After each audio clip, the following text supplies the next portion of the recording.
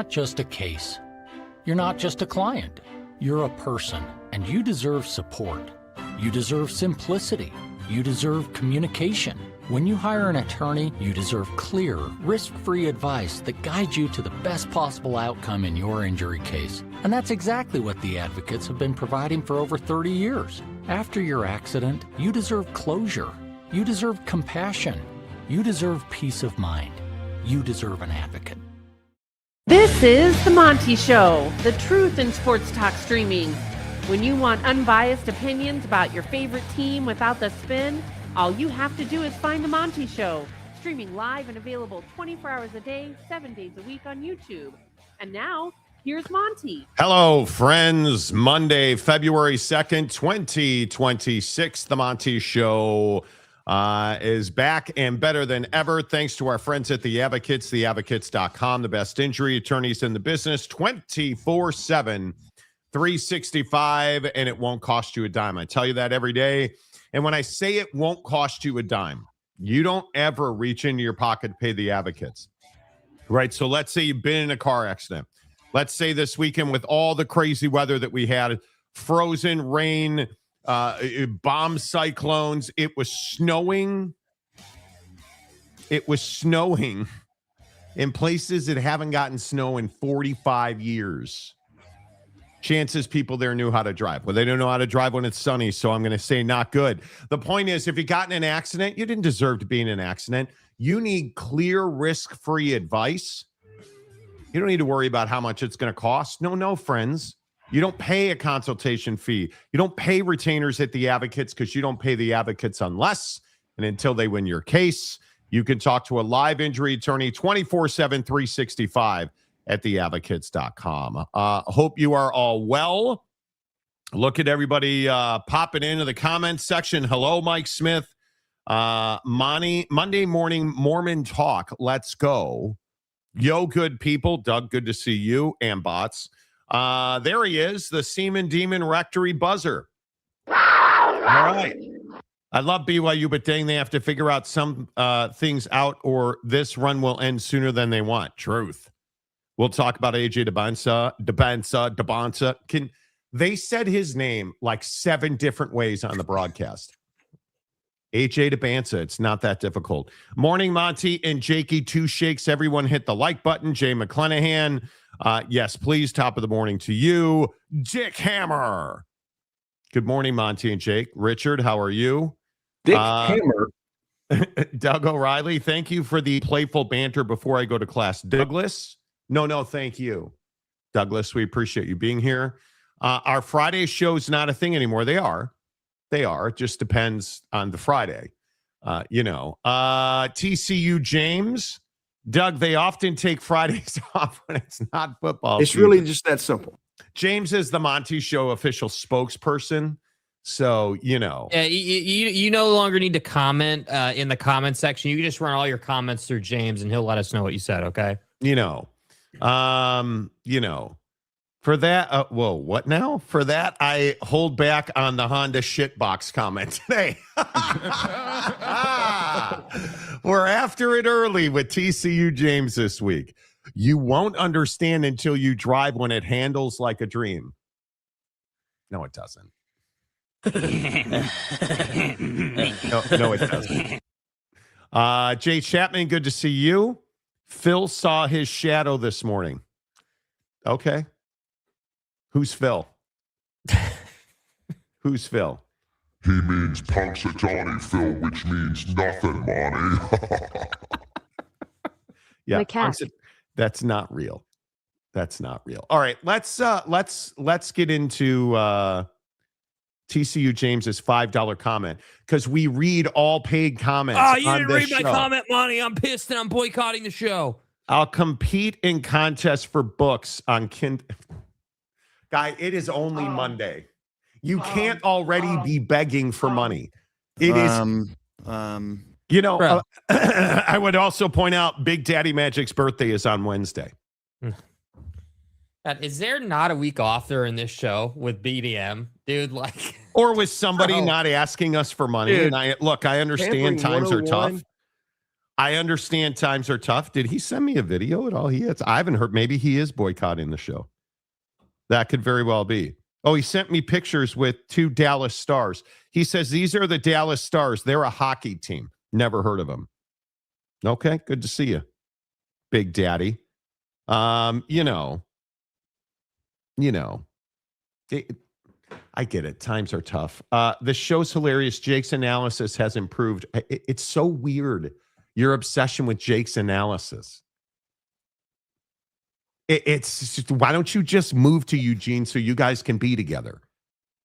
Right? Bobby Fowler. Hey, Bobby. Oh, a member for 27 months. Morning, brothers. You should do a mock draft. We will do a mock draft. We will. And $2. Thank you for the playful banter before I go to class. Yes. Doug, thanks for being here. You guys, we couldn't do the show without you. We really appreciate all of the time that you guys put into destroying college basketball, frankly. We got to get into this because I am... Listen, I think we've all talked about the desire to give kids freedom, let them do it. Now it feels like we've gone too far. Okay, so we'll talk about BYU and Kansas coming up, right? But Darryn Peterson, clearly the best player on the floor. Mm-hmm. Right, Saturday in Lawrence against BYU, like not close, not a question. But why didn't he finish the game? Oh, yeah, that's right, because reportedly his agent pulled him out of the game. But he had cramps, never got treatment from a trainer, didn't take IVs, sat on the bench with heating pads on his quads. And now the video has come out, of course, because that's who we are as a society. The video has come out showing Darryn Peterson and the associate athletic director for basketball talking, and Darren's agent talking to said guy. Like, so let me get this right. Darryn Peterson, who is, I think this story hurts him, frankly, but Darryn Peterson, who I think after Saturday is undoubtedly the #1 pick in the NBA draft, after another lackluster AJ Dybantsa showing. Your agent, you're in college, and your agent made the decision not to allow you to finish the game against BYU in front of dozens of NBA scouts. Your agent made the decision. Like, what is this? Who we are now? I mean, apparently. I mean, I think it's and what's difficult to understand is what the strategy is. Like, I think that, you know, I understand there's such a thing as him playing too much or him getting overexposed, I guess, but he was never going to be that in that game. You were never going to be in a bad position in that game. And I think that it's tough because, you know, Kansas gets out to this big ass lead in the first half. And, you know, obviously that bleeds into the third quarter, and then BYU kind of comes back. And so it just, I don't know, man. I think that college basketball is, like, we made so much in the college football season of like the transfer portal and Lane Kiffin and like all these things happening. You mean the devil, Lane Kiffin? Yeah, the devil known as Lane Kiffin, who now wears yellow and purple and all that.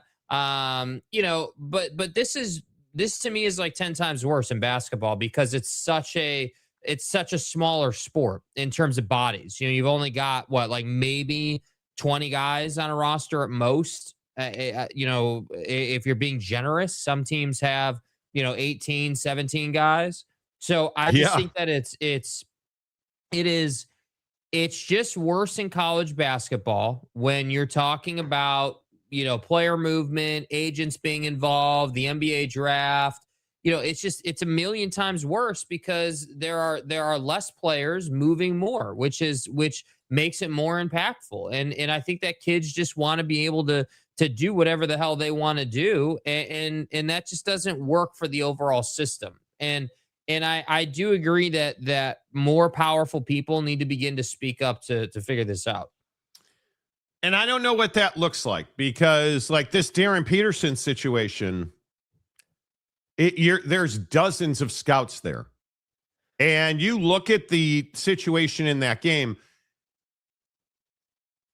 you are arguably the best team in the conference, and he is arguably the best player in the conference. He is being compared to Kobe Bryant, shot-making wise. And your agent said you're not going to play a big chunk of the second half. I will never understand. Like, how is that good for you? How does this news getting out, because it's everywhere now, how does this news getting out help your draft stock? If your agent is meddling to the point where he's telling Bill Self not to play you? Well, I think again, just speculating, but I think what the agent is doing is being selfish, right? The agent is saying, hey, like, you guys are up by, what was it, like 20 at one point or whatever it was. And, like it wasn't even really a game at one point. And so the agent is like, all right, the scouts have seen what they need to see. This game's over. Well, why don't we go ahead and sit them down? And again, this goes back to this whole concept of the draft, right? Like Darryn Peterson now being the undisputed number one pick in the draft after that performance. I kind of understand the agent being selfish, but I just think it's so inappropriate. Like it's so ridiculous to me that an agent can go to an associate AD who goes to Bill Self, who then sits him like what are we doing? Like I just don't understand it. I don't understand it. Like I don't understand.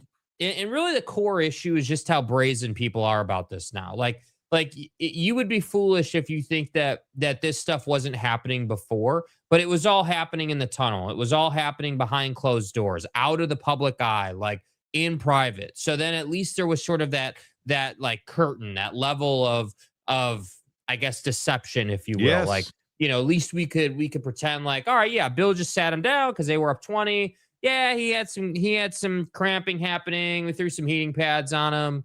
Yeah, is what it is, right? This had been a non-story if your agent wasn't hanging around, but your agent was hanging around, yes. and they did see your agent talking to yes. the associate AD, and then you were set. So it just turns into this bigger deal than it needs to be because of the way people are handling things now. And that to me is the biggest issue we have, is that there isn't any respect for privacy or like doing things the right way. It's just, we don't care what the public thinks. We're going to do whatever we want. And that's just what it is. And that's the problem. But what do you mean privacy? Well, just the idea of handling it behind closed doors. The agent should have said, the agent should have had the foresight to mention to the associate AD or Bill Self himself and said, hey, if you're up 25 in this game at the half and, that trend continues 10 minutes into the third quarter, maybe, or 7-8 minutes into the third quarter, okay, sit him down, right? Sit him down. If you're in control of this game, sit him down. Like, he needs to have a huge tournament. He needs to stay healthy. We all we want is for him to go out and compete for a national championship and then go to the draft. That's our sole goal in life, But the idea that you chose to do that in such a public fashion, or even give the appearance that that's what took place, that's what I mean by privacy, or like maybe privacy is the wrong word, but just handling it behind closed doors. Handle it the right way. Yeah, it's weird when the associate athletic director walks onto the floor, and if you didn't see it, the guy quite literally walks onto the floor to talk to Bill Self. Like, it is really strange to me that this is what we're doing, and I just feel like there's no way to stop it now. There's no way to unwind this watch, to put the horse back in the barn, Monty. Like, how do you do that? If Darryn Peterson, the likely number one pick in the draft, and now I think after that performance, because again, I think BYU, I don't know what to say about BYU basketball that I haven't said on this show that BYU fans are absolutely smashing me about. But AJ Dybantsa needs to come back to BYU next year. He is not ready to play in the NBA. I mean, he'll come back after his G League stint next year. But my point is, of course, right. Yeah. AJ Dybantsa should come back. We'll talk about that. Speaking of G League, Then there's this situation with Charles Bediako at Florida, and rightfully so. And who knew that college kids were merciless? But you listen to Charles Bediako at the free throw line get absolutely tortured. Alex Condon trying to tap it in. It was just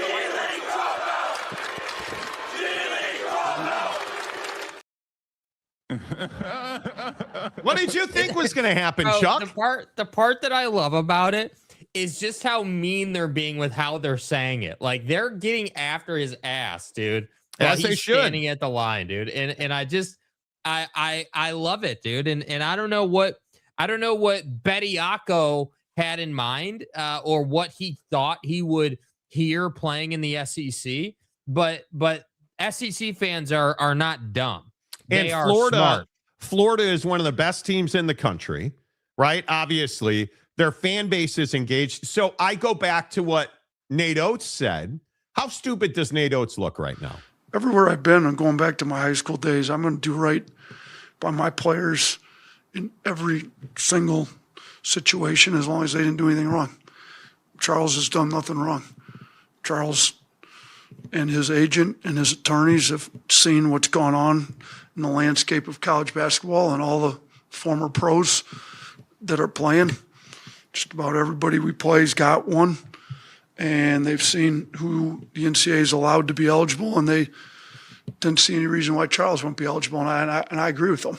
So you're a scumbag. Like it What is. do you mean? Everybody's got one. Yeah. Well, I don't think Charles Bediako is the criminal here. I don't think Charles Bediako did anything wrong. Right? He's taking advantage of a system. But let's just call it what it is. He's taking advantage of a situation. Stop with the, well, every roster's got one. No, they don't. No, they don't. They do not. Not everybody's got one. You go back to, I like, for once, I agree with look at this situation with Amari Bailey. Right? And Amari Bailey now, who's actually, you guys, played in the NBA for the Charlotte Hornets, wants to return to college basketball. He's played in the NBA. Not just has a two-way contract. He's played in the NBA. And look at American Commissioner Tim Pernetti. Cut and dry, the eligibility door is closed. That's exactly right. This has to be legislated into the bylaws of college athletics. Because it's different when Josh Smith, the NBA player, wants to go play college golf. Okay, totally different, right? Hey, if you're a baseball player and you want to go play croquet, okay, cool, different sport. You want to come back to college and play golf, I really don't care. That's a totally different thing. You played in the NBA, you can't come back to college and play basketball. It's outrageous that this is who we are, and has hired an agent and attorney to fight for eligibility. What are we doing? Yeah, what are we I doing? don't understand. So when I say that guys like Amari Bailey or Charles Bediako did something wrong, what I mean is not legally or like from a system standpoint. What they're wrong doing is that they quit when it got hard. And that's what I think is so wrong about this ultimately is you're saying to kids now, yeah, sure, go and try, right? Go and try. This is the thing that millennials have been criticized for ages. Hey, well, you just want a participation trophy, and if you don't get that, then you're just going to quit and you're going to go and do something easier. That's exactly what this is, dude. Except we're not talking about millennials. We're talking about, whoever Gen Zers, I guess this would be. Like, you're going to the NBA, you're going to the G League. Gen Zers, I guess. Yeah.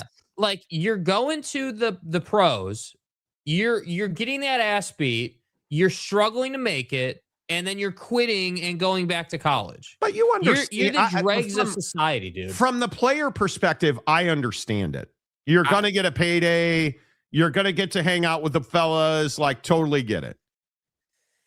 And not everybody is cut to go play in Europe. Totally get it. This is a systematic problem. This is a systematic problem.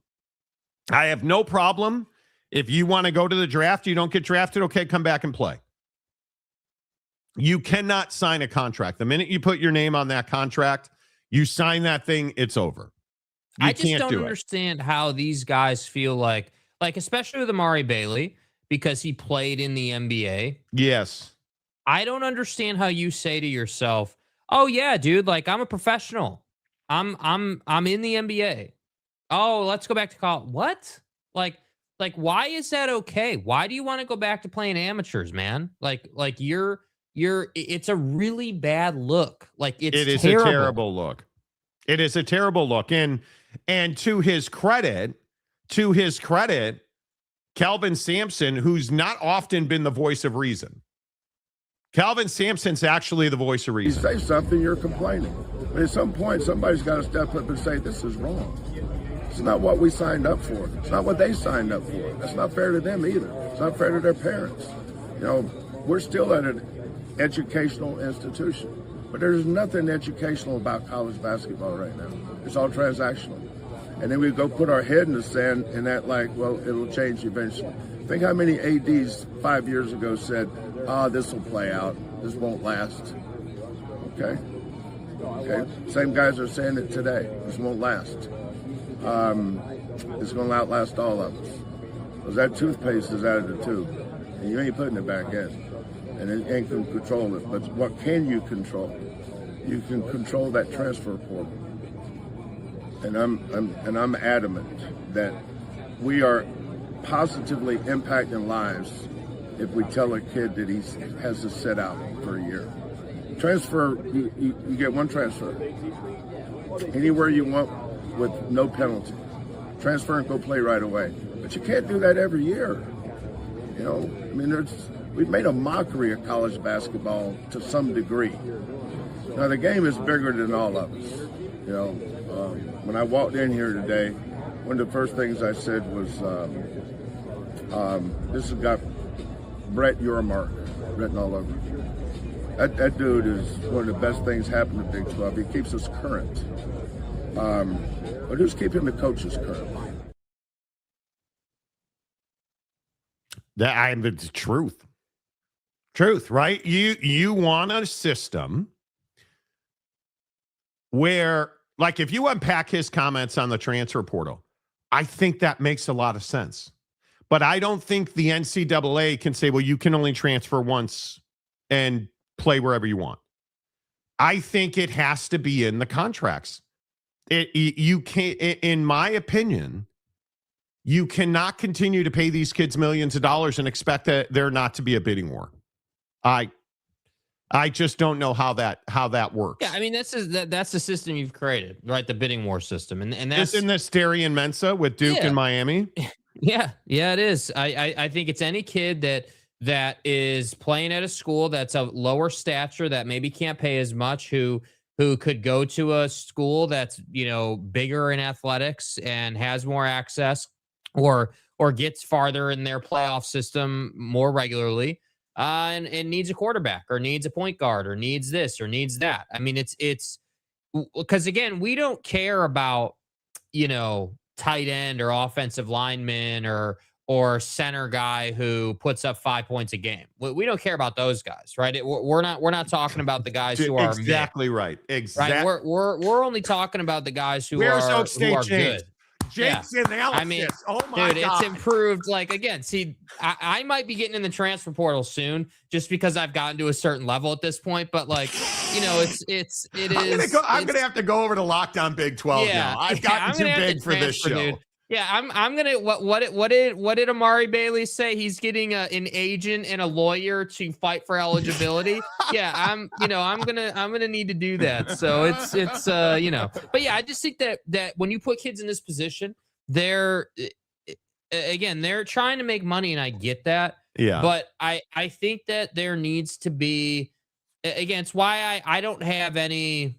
I don't give grace to Bediako or Amari Bailey or any of these guys. Like, the whole concept of, like, some dudes aren't cut out for Europe or China or going overseas or whatever. Well, nobody cares. The world doesn't care if you're cut out for it or not. Like, you're either going to do what it takes to play or you're not going to play. And that's how it's been for decades, dude. Absolute decades. Like years and years and years and years. And now these guys want to come in and they want to say, yeah, I want a free pass. I want to come back to college or I'm going to cause a big problem. And again, to the red assery in the SEC, how's that helping Alabama right now? Right? Alabama hasn't been better with him so far. It's not like he came back and all of a sudden it's like, oh my God, man, they're a national championship. He's not that guy, dude. You're not that guy. Like, so I don't know. I think it sends just a complete wrong message. And I couldn't agree with Kelvin more about like the message that we need to be sending with the portal of like, hey, if you struggle, or if you meet adversity, you need to overcome that adversity by getting better, not quitting and just getting to an easier situation. Yeah, I agree. Agents making business decisions. Odd if he is telling the athletic director. Well, just the balls to walk onto the floor in the middle of a game and do it. Like, come on, bro. You had to know something was up. You had to know something was up. Like, isn't the question like, who the hell do you think you are? Walking onto the floor as an agent in the middle of Kansas and BYU and say, yeah, Bill, you're going to need to sit him down and we're going to lie to the public and say it was cramps and we'll throw some heating pads on him. But, this is actually the real reason. Like, well, and look at Douglas is exactly right. Agents should have no ability to communicate with a head coach during a game. Absolutely not. And to be able to go, the agent allegedly for Darryn Peterson, goes to the associate athletic director over basketball, who goes to Bill Self, and Darryn Peterson never goes back in the game. And they say he has cramps, which nobody saw him get treated for. And we're going to find out today when they practice, because you and I both know the media is going to ask about this, as they should. Now, they should. With all due respect to the agent and to Darryn, nobody disagrees that this cat was the best player on the floor. Nobody disagrees that he is the undisputed, unanimous number one pick right now. He's the best player in college basketball right now. Now, that may change before the draft gets here. Who knows? Still a lot of basketball to be played. If he gets hurt again. If he gets hurt again, there's a lot of things that could happen, of course. But I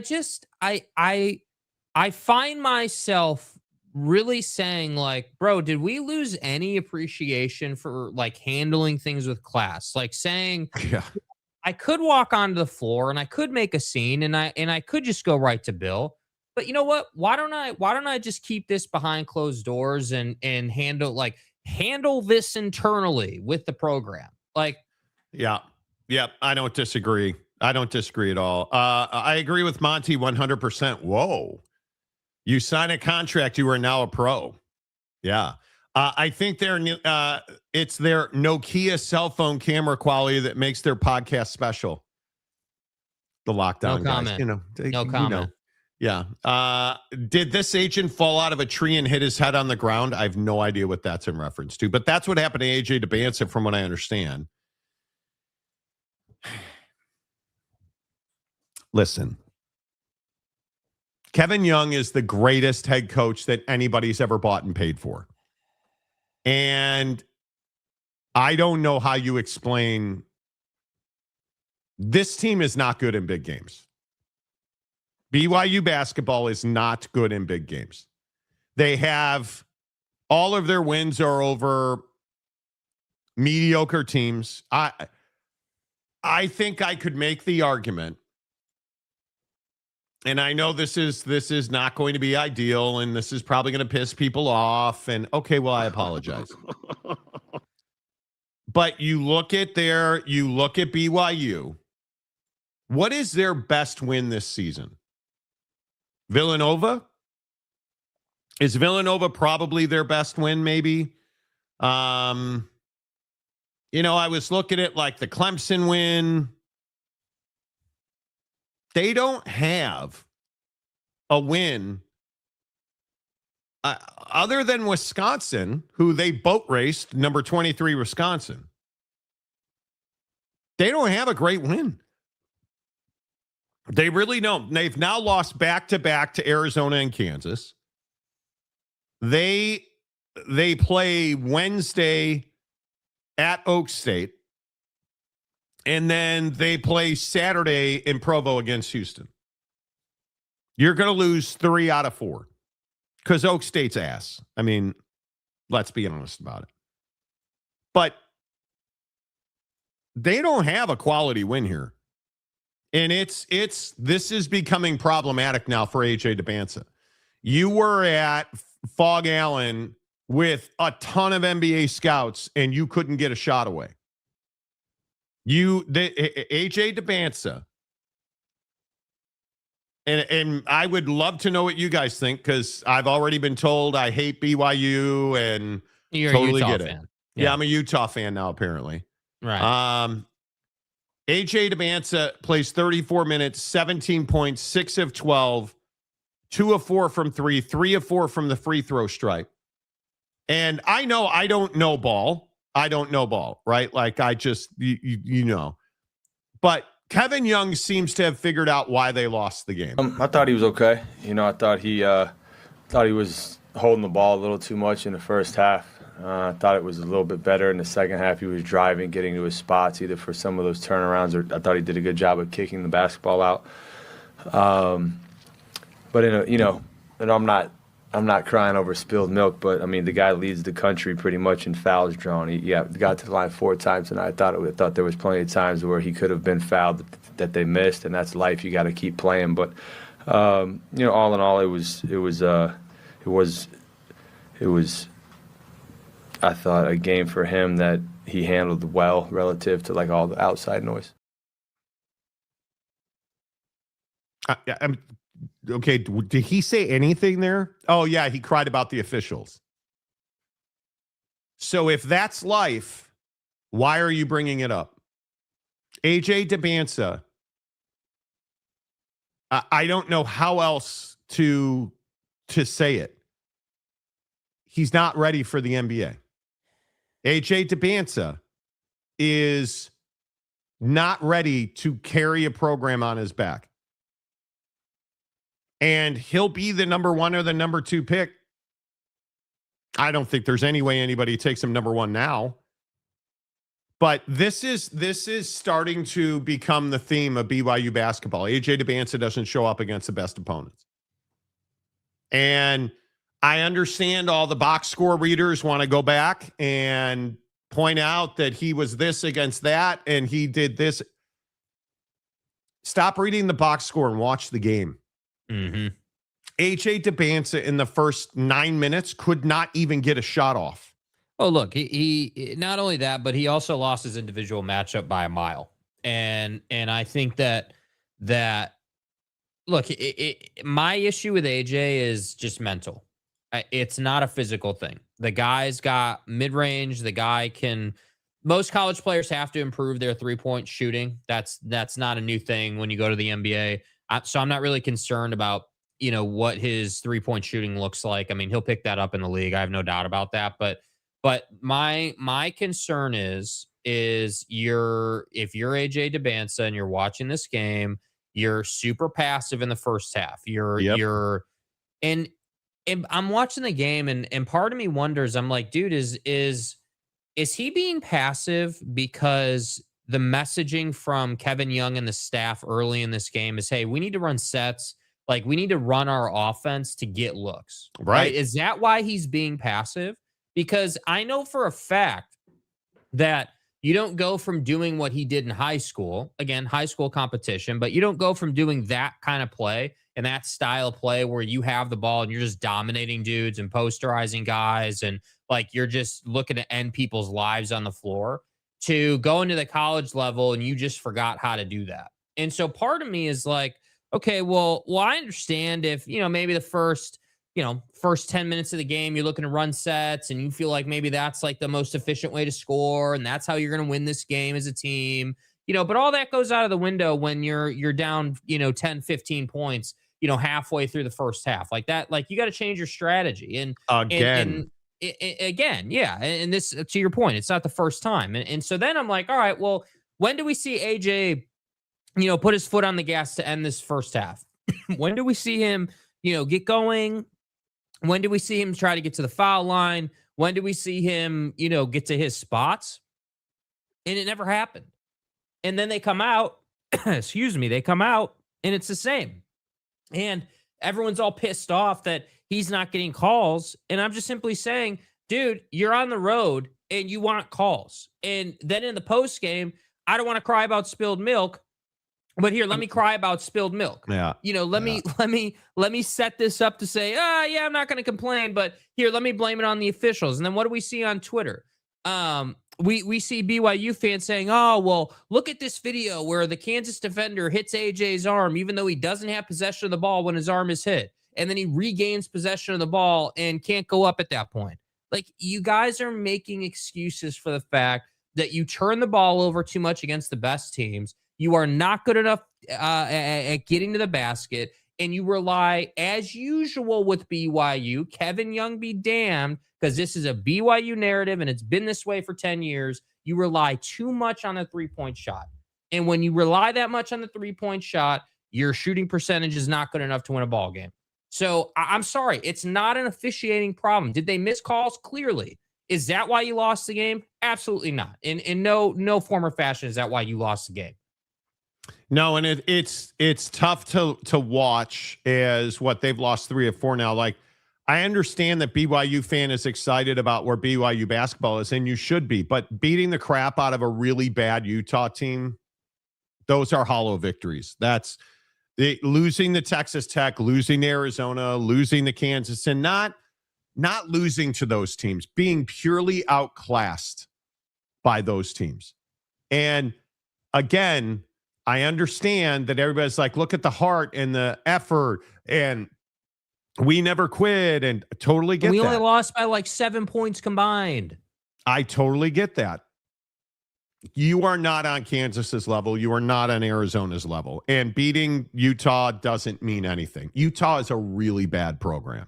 And what's shocking is AJ doesn't kind of cover that gap a little bit. Like, I'm not expecting the guy to go out and win games on his own, right? I'm not expecting you to put up 40 points a night every single night and you're just a savior. I'm not even asking that of you. What I'm asking of AJ Dybantsa is I'm asking for 20 to 25 a night on any given night, sometimes more, but as a baseline, 20 to 25 a night. I'd like to see between 7 and 9 assists a night, because you're playmaking, you got the ball in your hand a lot, you're able to manipulate the defense, like the game's not too fast for you. Yeah. And then I'd love to see a couple of boards when the ball comes your way. You don't even have to have double-digit rebounds, but when the ball comes your way, let's go ahead and pick that up. And what's difficult is that it's a shame, because I really like AJ's build, like his body, his frame, the spots he can get to because of how tall he is and the way he plays the game. Like, it's ideal for the NBA game. Like, it's ideal for put him on the wing, get to the elbow, get to your spot, and make the shot. It's ideal for that.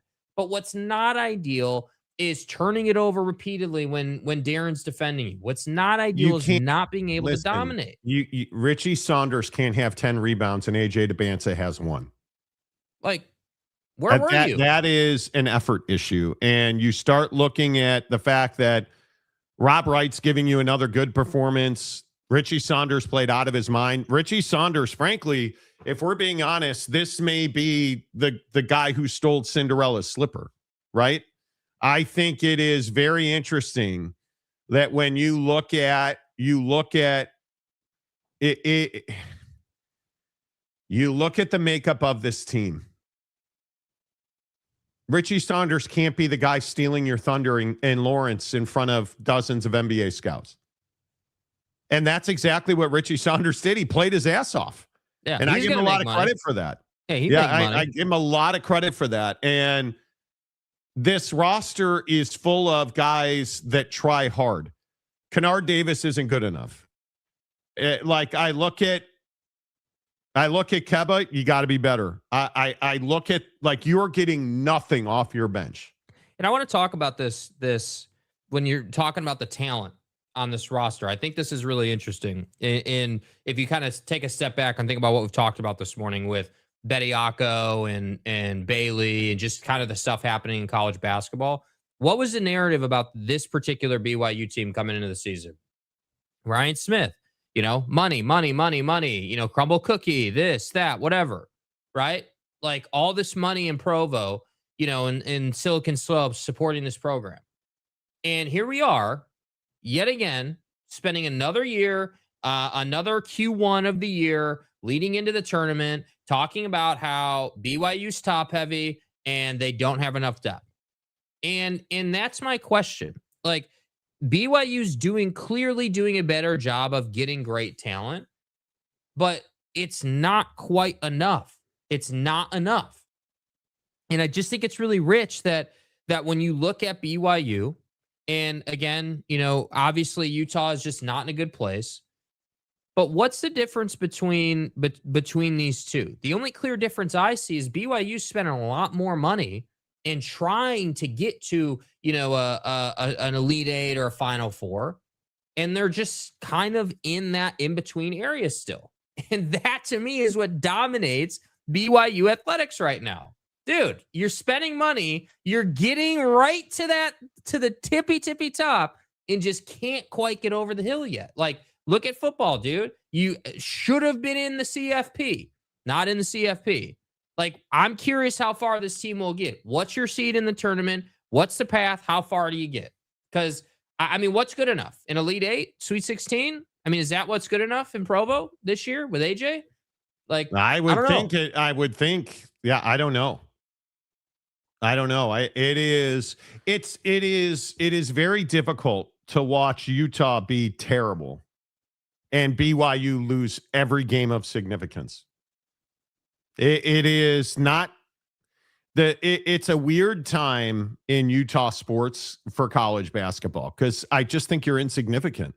And that's really rough when you look at where BYU is. I think it's awfully difficult to make the case that BYU is one of the best teams in the Big 12. I think those conversations are dead now. To me, they if you're going to lose to Texas Tech, Kansas, Arizona, there's no moral victories. There's no like, I don't know what you hang on to here. You have to find a way to win out. And I just don't think that's going to happen.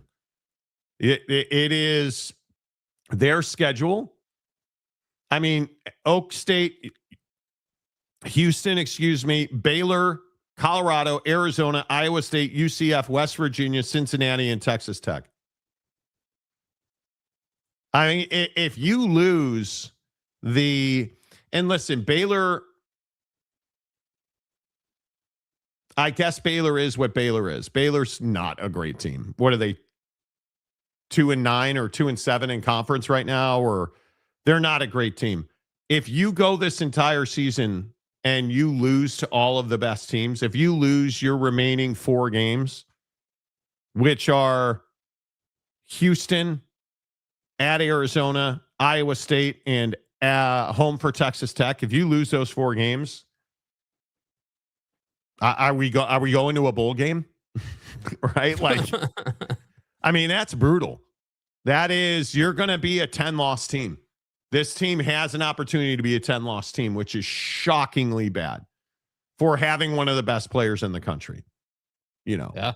Look, not everybody can beat Kansas like West Virginia did. True. Hard work beats talent. It does. And I think this is something you have to look at with AJ Dybantsa. Is AJ Dybantsa, you can't have 1 rebound in a game. That's your motor. You turn your motor off. I don't know how else I'm telling you that this cat is too blasé. He is too casual personality-wise, and it's a problem. And I'm telling you, and I know took some flack for it last week, but I did say it last week. I said it. Hey, listen, go on YouTube, and we played some clips, but go on YouTube and look at his press conferences and look how he talks about the game. Look at Utah this, Utah that. Oh, I'll go off for him. That's cool. You can go off against Utah. But what about the big games, dude? And I think that when I look at NBA draft prospects, one of the things when it comes to, air quotes, star level players is the mentality. Like what's their approach to how they do things? Are they that guy that's saying, hey, like I got a point to prove, like, nothing taken for granted. Like, I don't care if it's Utah or if it's whoever it is. Like, do you want him to be, so you want him to be fired up like Kochneck was? Yeah, I want him to be dropping eyes, dropping people in the tunnel, and going out and getting more than one rebound. I want him to lead his team, not only in the points column, but in the work hard columns. And if he would do that, they would win more ball games because they'd get more possessions and they'd be able to build more momentum. Like, I don't know. I think you have to. AJ Dybantsa needs to come back to college next year. Because he probably won't, but he's not ready. He is not ready. He will be a rotational player in the NBA at best. With the way he is built and he's playing right now. He needs another year to come back and run through college basketball. Yeah, because a year from now he'll be a different player. Yeah, he's not an NBA starter yet. No, he's not. I would have him as a heavy minutes bench player right now. Somebody who gets 20 to 30 minutes a night coming off the bench in heavy rotation. That's where I would have him. I don't think so. Because I don't think he shoots the three consistently enough under pressure yet. You can see he grips the ball. Yeah. You can see that when he's in bigger games, he holds the ball, which I think is the death of basketball. If you get the ball and you just hold it and you're dead. It's watching the Lakers last night. They hold the ball too long, right? Like if you hold the ball in basketball, you're dead. And AJ tends to hang on to the basketball and instead of rotating it and it's because he knows he needed to show out in that game and he didn't. I mean, I'm sure he feels like ass today over it, right? I can only imagine, but it is going to be really difficult, in my opinion. It is going to be really difficult to continue to have any kind of hope at a tourney run unless AJ Dybantsa completely turns himself around. It really does bother me, before we get off of this, it does bother me that, Kevin Young wants to spend time talking about officiating when officiating is so clearly not the biggest problem with why you lost the game. I understand, you're BYU's head coach, like you got to defend your players on some level, but dude, look at the stat sheet. You stood there and watched your team play. Like, hold them accountable. Talk about the fact that Kansas outworked you, because they did. Talk about the fact that you did a really poor job of corralling Darryn Peterson overall. Like, you're never going to stop a guy like that, but you got to force him into some bad situations. Put him in tougher situations. Like double him, take the ball out of his hand, make someone else beat you. Or at a minimum, talk about the fact that they were just better than you tonight. And they executed I'm so sick and tired of coaches talking about officiating. And that's why you lost the game, because it's not why you lost the game. Whether we're talking about the Broncos and the Bills, or we're talking about BYU, it's not why you lost the game, dude. You lost the game because you didn't execute earlier in the game. Yeah, and I think, the mock drafts I saw yesterday clearly now all have him dropping. Mm-hmm. There is no question about that AJ Dybantsa is dropping, and I think it's awfully difficult to argue with that. I don't know why you would have AJ Dybantsa certainly you're not taking him number one. There's no way. Not a chance. And I think that when you start looking at what a real mock draft could look like, I think it's going to be really tough. I think the tournament is going to decide a lot of how this draft goes. Because for me, I think if who's got the number one pick right now? Sacramento, I would think. You're taking Darryn Peterson. I mean, there's no way to look past that. But if you're the Atlanta Hawks, Are you taking Cameron Boozer, or are you who's at Duke? Are you taking Cameron Boozer or AJ Dybantsa? I think that's awfully difficult. I mean, they're very similarly sized, although Cameron Boozer's got more ass on him than AJ has. But I think I'm probably taking Cameron Boozer. He's playing well at Duke, who every game at Duke is a big game. Every game at Duke feels bigger. Yeah, right. There's expectation. AJ Dybantsa is just is not that guy. And again, if you go up and down what the draft order would be today, I think there is a clear Darryn Peterson, AJ Dybantsa, Cameron Boozer 1, 2, and 3. And then I don't even know where you would go after that. I mean, it just doesn't, it almost doesn't matter at that point. I mean, I think Braden Burries against BYU really helped himself. I bet you he's on the edge of being a top 10 player. Mm-hmm. I don't think there's any doubt about that. AJ Dybantsa needs to come back to BYU next year. I have no doubt about it. I think he is going to get lost in the NBA. He will be if he went to the NBA today, he would not see a single minute. He would be a developmental rotational player. There's no question about it in my mind. I don't even know.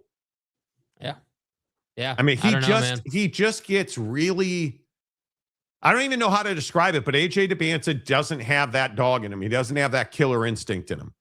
He just doesn't. Well, and it's the way I like to verbalize it is he's not looking to apply force to the defense enough. He's not looking to be that guy that's like, hey, I'm going to dictate how this possession goes. And, because again, the great players in college basketball, they all deal with not getting calls enough. Right. And again, like this is my problem. This is why I'm starting to get a little concerned about Kevin Young, because it's a mentality problem with this team. This team. No, hear me out. Hear me out, dude. Hear me out. Hear me out. This team, what did we hear about this team coming into the year? Oh, it's Kevin Young. Hey, NBA guy. We're like he knows how to do this. Like defense, we paid a bunch of players. We paid a bunch of players. We fed them crumble cookies in the new locker room. Everything's awesome, right? And we have AJ Dybantsa, so we're gonna kick everyone's ass. The only problem with that is that there hasn't been any development for AJ this year. There hasn't been, hey, like, yeah, this is who you were coming out of high school. This is who you are at the college level in game 1. Bro, it's not game 10 anymore, dude. It's February now. Like, are we all on the same page? The tournament's next month. Like, you should be at the peak of your powers in your freshman year right now if you're AJ. And he's nowhere near that right now. And so I understand that when you're playing the season, it's the schedule, there's not as much practice time. Like, obviously you're playing every couple of days, sometimes every other day, just depending on how the days work out. Like, I get it, but I don't want to go too far. I think that's a step too far. Point, okay, then let me go too far. At what point does Kevin Young get on AJ Dybantsa's ass and say, hey, dude, you're getting beat tonight? Like, well, maybe AJ Dybantsa just isn't that guy. Well, then he should not play. He shouldn't play as much then. On. Put him back. Put someone else in. Come on. I think they don't have anybody else. We're in an era of college basketball where you're playing 7 guys. I don't go too far with it. I think AJ Dybantsa is a great talent. He struggles in big moments because he's a young player. In my opinion, that's why he needs another year of playing in college, because he's not ready for those big moments yet. Kids don't just roll out of high school and they love the ball in the big moment. AJ Dybantsa, you can tell in the biggest moments of a game, does not want the ball, and he does not get the ball. He doesn't. There ain't a three-pointer in any situation that Richie Saunders is passing up. He's that dude, right? So Anthony Eason, none of these star freshmen are ready outside of Peterson. Even Boozer needs more strength at the next level. But Cameron Boozer, and I've seen a lot of Cameron Boozer, he's got the it factor. Like, he's not disappearing. He's not going stretches of a game where he can't find a shot. He's not forcing things. He has that innate ability to just do what needs to be done. You don't have to tell him. He knows. AJ Dybantsa doesn't have that yet. AHL's robe. Okay. I think as a BYU fans, we thought we'd dominate this season. There was just too much over the top hype. That could absolutely be. It's going to be so bad that BDM will pull a Trump and act like he doesn't know who AJ Dybantsa is. That could very well be. Brady for $5. Hello, Brady. Great analysis, guys. Seems like a lot of teams have their best shooting games against BYU. Casual under-screen defense, daring teams to shoot, and they're not tenacious at the three-point line. They're not. And well, I think we've seen that certainly with Kansas and Arizona. We saw that. This is where you can question Kevin Young, or excuse me, KY. Defensively, this team tends to go through stretches where they're just lax defensively. And that's on the coach for sure. Why are you looking annoyed, Jake? Because we're making excuses for the guy. We're making excuses for the job he's doing. The expectation was you had AJ Dybantsa. The expectation was there's a ton of money running through this program. This team should be good. Like, this team should be able to compete with the best teams in the country. But you leave the narrative of we're competitive against the best teams in the country when you go 0-for against all the best teams in the country. Maybe AJ Dybantsa just isn't ready. Maybe he's not that guy yet. So then, okay, if that's the case, and I understand you're not going to take him off the floor, but what do we see the rest of the year? What should I, as someone watching BYU, not as a fan, but as someone watching for development, what is the growth point? Should I expect to see more work ethic? Should I expect to see AJ Dybantsa, become not more holding consistent the ball, in his effort? Like, move the ball or shoot the ball? Yeah. I think you should want to see him get to the line 10 or 15 times a game. Every game. He needs to be 5 to 7 rebounds every game. He's not a post low block guy, but that does not mean he can't give you 5 to 7 rebounds every game. 1 rebound against Kansas is ridiculous. That is a lack of effort, is what that is. So, yeah. I think Kevin Young's defense that's something and remember, he's a younger head coach as well. So I would put far more of this on. This is what happens when you bet on high school kids. You paid a high school kid millions of dollars. Like, are we supposed to just believe that that's going to pay off right away? Because I'm telling you, it doesn't work that way.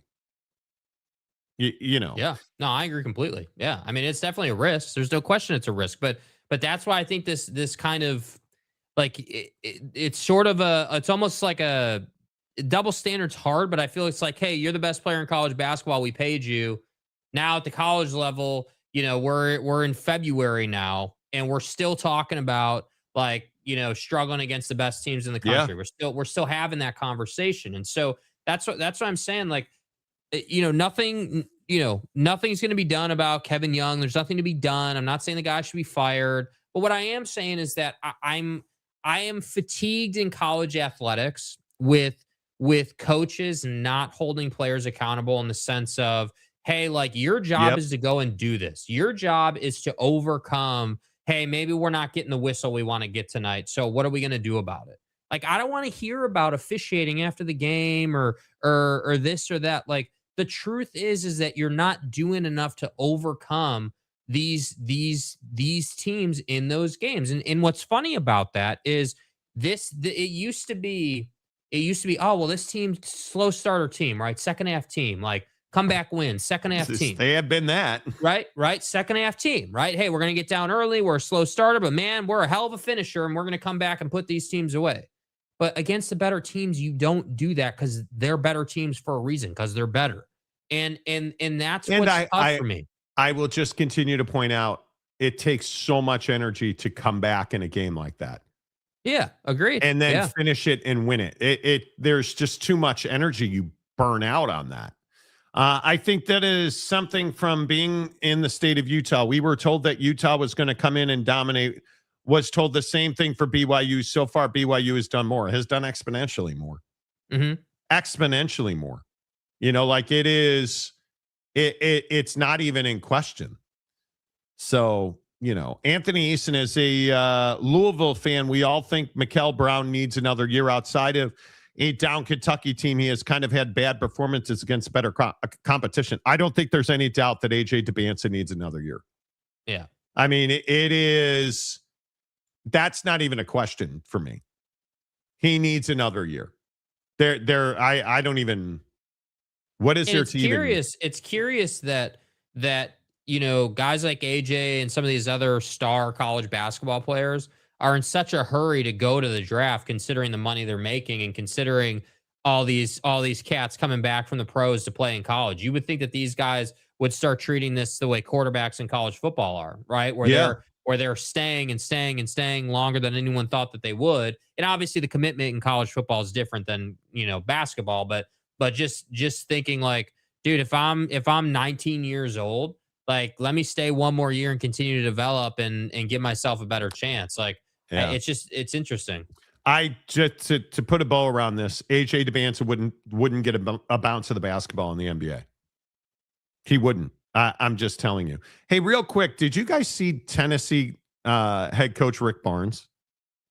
I'm not going to describe to you what he said. I'm just going to play the video and I want you to react to it because I'm really surprised that he said this. I mean, at the end of the game, some of the passes that we throw, and I mean, just, I don't know what to say other than sometimes I wonder if my guys are betting on games.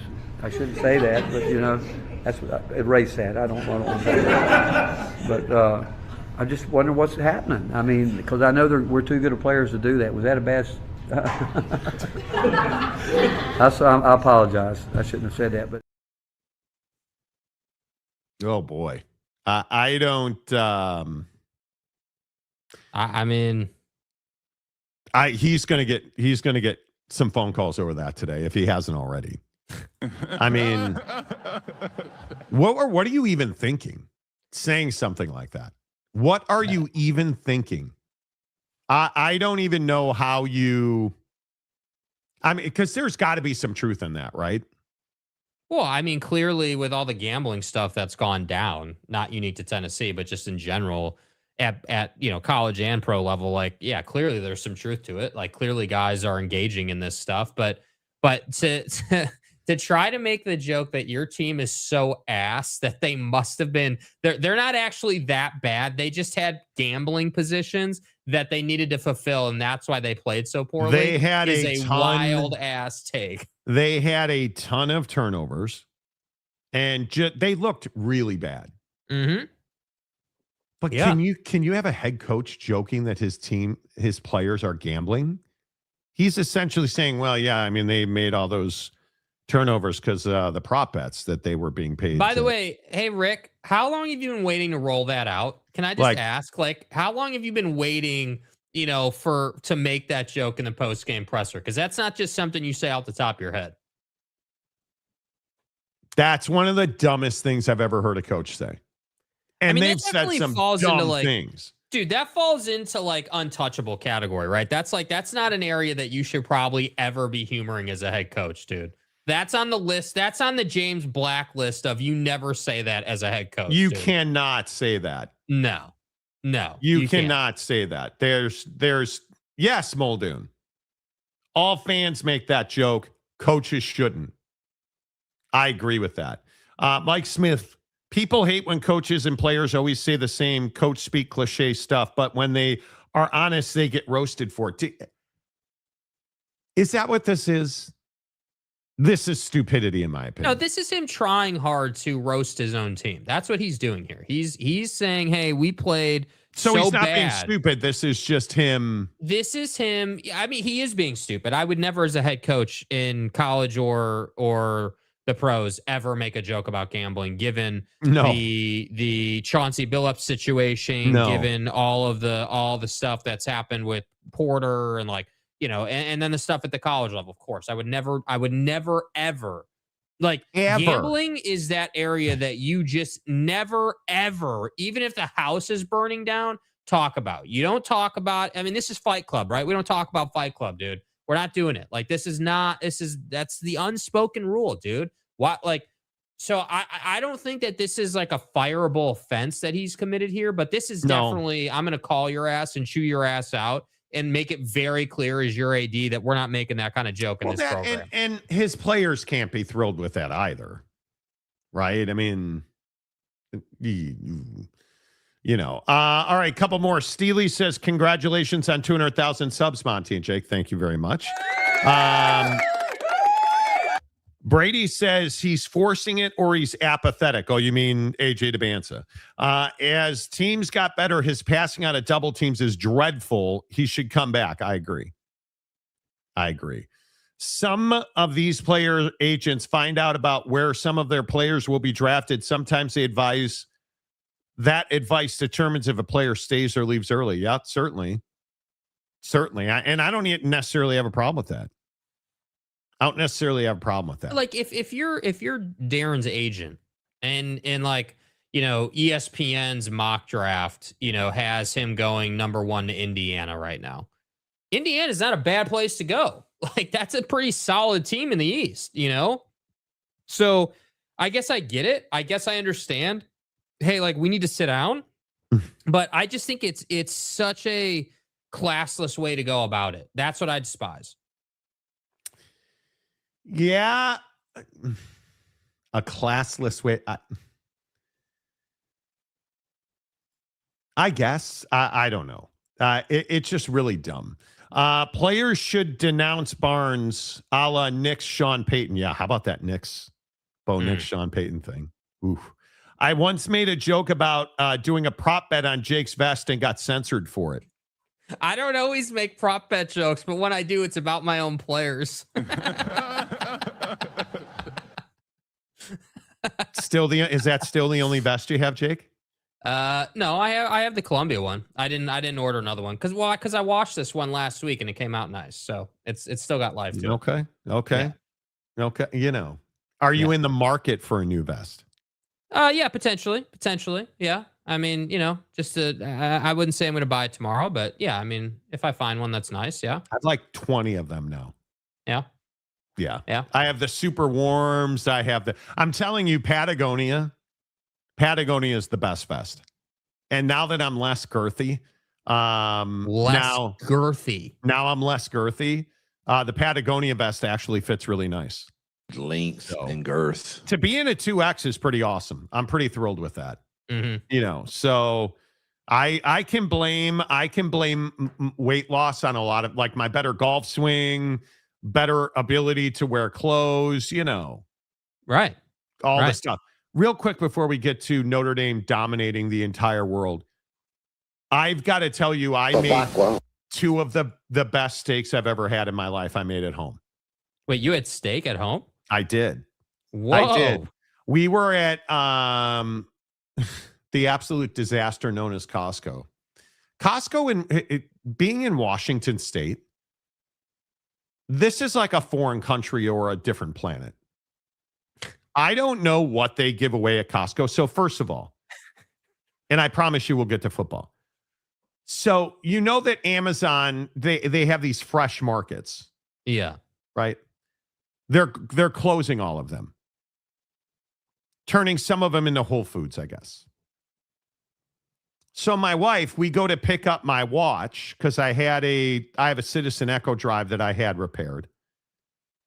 And it's in the strip mall over in like Bellevue. In the strip mall is an Amazon Fresh grocery store, which is going out of business. It's their last day Saturday. So, of course, we made the mistake of going in there. When you are selling stuff for pennies on the dollar, the dregs of society show up. This buddy in front of us in line, I mean, we're talking about, he's buying stuff like maple syrup for $1.25. He's arguing with the lady about a disposable razor in a box. That it's too expensive. He's like, she scans it What he's doing is having her scan every single item to see how much they are. Yes, no, yes, no. He puts that to the side. It's like, I don't want that. Rings up the order doing this with every item he bought. And he bought like 30 items. Yes, no. Yeah, well, maybe. See, the cat, and I could put that in. No, it's okay. Like he's doing this with every item. Rings it up, and then his friend who he's with, Buddy and his friend. Right. Then it's his friend's turn. Yes, no. Yes, no. Okay, never mind the line of 25 people behind us, but then the transaction's done. He's like, you know what? I changed my mind. I'll take that razor in the box. And I finally said, dude, there's a line. Have you looked at the line? Let's go. Oh, I'm sorry. Oh, I'm sorry. Don't be sorry. Just don't take the razor. Get the hell out of the way. Like the dregs of society. They're fighting over, what do you call it? NyQuil. Yeah. Okay, was he liquid or pills? Liquid in a bottle. The sleeping aid that NyQuil makes. Yeah. Mm-hmm. These two women are having an argument over the last 3 bottles of NyQuil Z in the medicine aisle. Blocking the entire aisle with their cards. And so finally I said, excuse me, trying to get through here. The lady moves, and then they both walk away, and neither one of them buys the NyQuil. Like the dregs of society. So wait, is Mrs. Monty under the weather then? Is that why you were getting cold medicine? No, that just happened to be what they were arguing about. Oh, okay. Yeah. No, everything's good, but it's just annoying that Betty and Pam want to have an argument over 3 bottles of flipping NyQuil. Like, shut the up and just get out of the way. Do you want it? Yes. Okay, take it. No, leave it. Get out of the way. Like you're price checking. This idiot is price checking. Bro is price checking the severely discounted item that's already price checked. Why don't you fuck off? Everything in the store is like $1, man. Like, I'll never go in. I'm not interested. I'll pay more not to have to deal with that. Mm-hmm. So then we go over to Costco. And I don't know what they were giving away. Why do I go to Costco on Saturday? We show up. Why do I go to Costco on Saturday? I have no idea.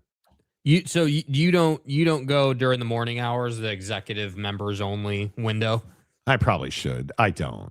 It's worth it. You should. My wife's training for this race, and so she had to go swim, and I'm trying to figure out how to hit a golf ball, and so I'm at the range, she's in the pool, then I go pick her up at the pool, then we come back, she gets naked and cleans herself, and then we go then we go do our stuff. Got to take the dog for a walk, all the stuff. Right. We rolled into Costco at like 1:00. That was dumb. That was not smart. I'm not a smart guy, right? So we get back to the meat section. We go through produce. Lovely cherries. I am on a run of, listen, you guys, I am going through cherries like Imodium through your digestive tract. Like I am going through them. And they're so good. I'm even eating the cherry with the pit, and then you spit the pit up. I'm here for it. No, oh yeah, dude. And they're so good, bro. They're so good. Oh, it's a little game I play with myself now. Like it's so good, dude. Bro, so okay. Mm-hmm. Went to the produce cooler, got the cherries, got the salad bags. Go over to the meat department. They don't have any. My wife's like, well, why don't we get some of those fillets they always have? It's a good call. Good call. And she's not a steak person, dude. She's not a steak person at all. Don't have any fillets. Mm-hmm. My wife goes up to the meat guy. Hey, she wants to talk to him about his meat. Hey, I want to talk. I got a question about your meat. He's like, well, hang on. It'll be 3-4 minutes. We'll have more fillets coming out. Brings the fillet out. And they were great. And so then bring them home. Olive oil, salt, pepper, let them sit on the counter. Yeah. A little more salt, a little more pepper. Pull out a frying pan, sear them on both sides. Pop them in the air fryer for 30 minutes. Dude, 155 degrees. Gas. Like they just, it's so important when you're making steak. Olive oil, salt, pepper, let them sit on the counter for 45 minutes an hour. Let that salt break down. And it's so good. It was amazing. Bros. I'm telling you, the ability to make good food at home nowadays is quickly torching the restaurant industry. Like it's when you figure out your, things like, your steak game or like any of these other things. Yes. It makes it so that you're not about going out anymore. Oh, wow. Which is really a crime. Gus Malzahn's retiring. There we go. Wow. Florida State offensive coordinator Gus Malzahn announces his retirement from coaching. Tim Harris to be the new offensive coordinator at Florida State. Is that really that surprising? Nah. They were ass again. Yeah, but those were two of the best steaks I've ever had. Just one other thing. Why are all the restaurants sold out for Valentine's Day already? What do you mean? It's only 2 weeks out. Can't get a reservation. Yeah, it's 2 weeks out or so, right? You're not surprised by that? I thought the economy sucked. Not in Seattle. It doesn't suck. People got money in Seattle, bro. Dude, cannot get a reservation. You live around the rich folks, man. I guess. Can't get a resi. Yeah, I mean, you're probably going to have to go out of the city for that, right? Like, if you were trying to get a resi. I mean, I was trying to go to Carmine's. Can't get into Carmine's. Let's play a little game called Just the Pit. Exactly. Perhaps play a little game called Just the Tip. That's exactly right. Just the Pit. The razor's $1.28, not $1.25. I'll pass. Dude, you're joking. That's exactly what happened. And what? Okay, so you rolled up on that dude after him doing this for however long. Yeah. And was Mrs. Monty cool with you roasting him, or No. what was the reaction? She's going to divorce me eventually. I mean, she's going to divorce me eventually. She hates that. I this may come as a surprise. I have very little patience for bullshit. Like you have a cart full of things that are pretty much $1. Shut up and pay for the dollar. Pay for the stuff. Is it really that difficult? And at Amazon stores, you can pay with your Amazon app. Buddy's trying to flip around and find a barcode. It's like, dude, you are what's wrong with life. Like, it's just, yeah. No, thankfully, he didn't have coupons that were out of date. That's right. They sell Dybantsa steak at Costco, and the BYU is the best aisle of the store. That's right. That's right. Although has already been won. I will tell you, the Seahawks gear in Seattle is out of control. Seahawks gear and the Seahawks are so hot right now. Somebody broke into the Seahawks store at Lumen Field and stole, I want to say it's over $100,000 of merchandise. Damn. To resell it, obviously. The Seahawks are red hot here right now. Absolutely on fire.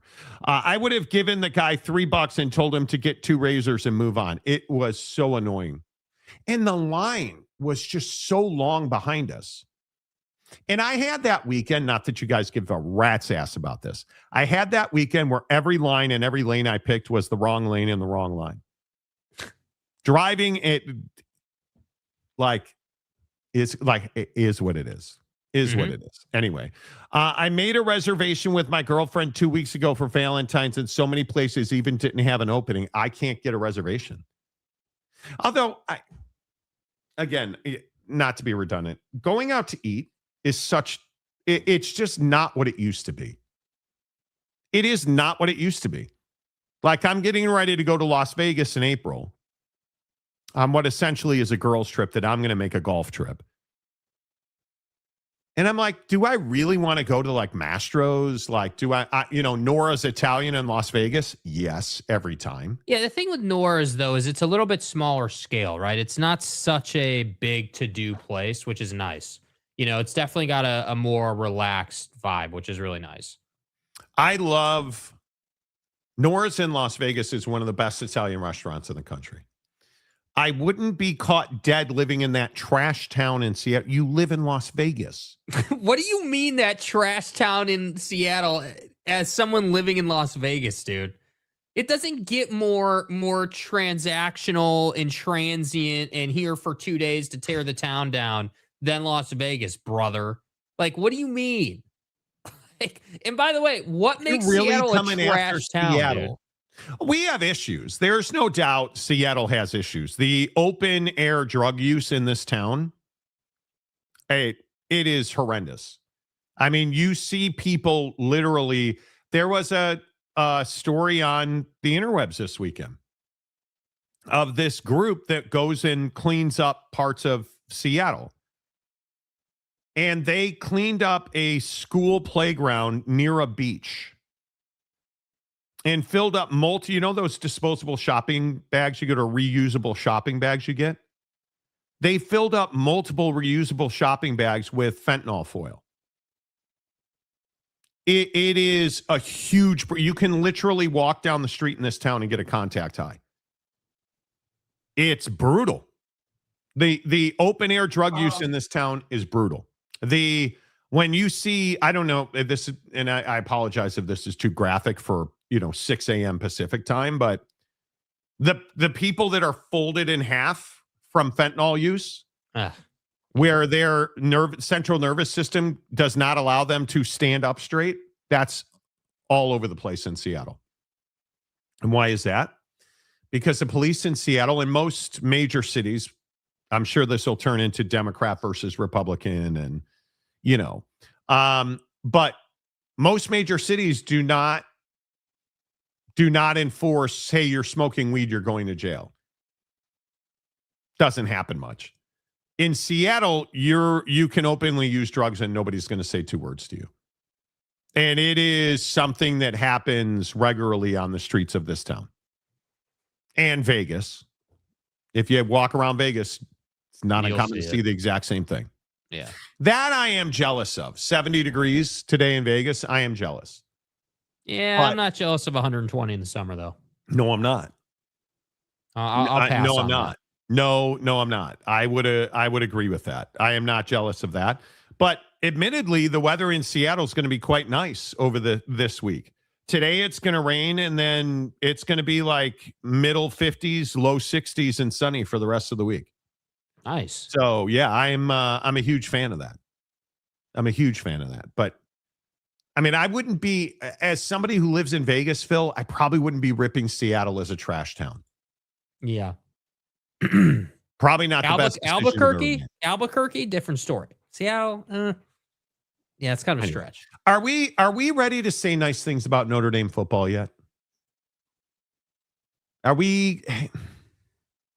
Venice parade. Are we at the point where you guys? Yeah, they're planning the parade in South Bend for a year from now. We're going to go on the best 10-game stretch in the history of college football here.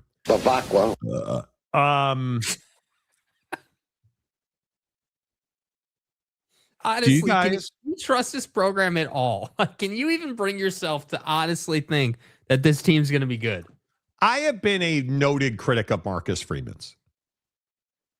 Admittedly, I don't believe that Marcus Freeman was a national championship level head coach. But this offseason, Notre Dame has not put a step wrong. The retention in the portal, outstanding. The guys they brought in through the portal, outstanding. Recruiting class. And yeah, and they're not having to use guys like Cockneck to get the job done, right? Dick Hammer. Marcus doesn't have a vein bulging from his neck, but he'll do. But I got to be honest with you. Notre Dame is going to stomp people. This hire right here, this is shocking. Notre Dame, our mother. And we've had some bros coaching our defenses over the years. Right. Marcus is the de facto defensive coordinator. His defensive staff now, if you're going to add Aaron Henry, because the only thing that Illinois has been is dominant defensively and physical up front. And now Aaron Henry is going to be the co-defensive coordinator and coach defensive backs, which is his forte, which is different than Pete Forte, but that's a different story. This is an unbelievable hire. I don't know how he did this. I have no idea how he did this. I am telling you, there is a legitimate chance that CJ Carr is the best quarterback in college football next year. And that this defense is the best defense in the country next year. And if those two things happen, Notre Dame's going to go undefeated. Because the schedule's not exactly, it's not BYU basketball schedule in the Big 12. Right. It will not be one of the best 10-game stretches we've ever seen. Notre Dame's schedule this coming season.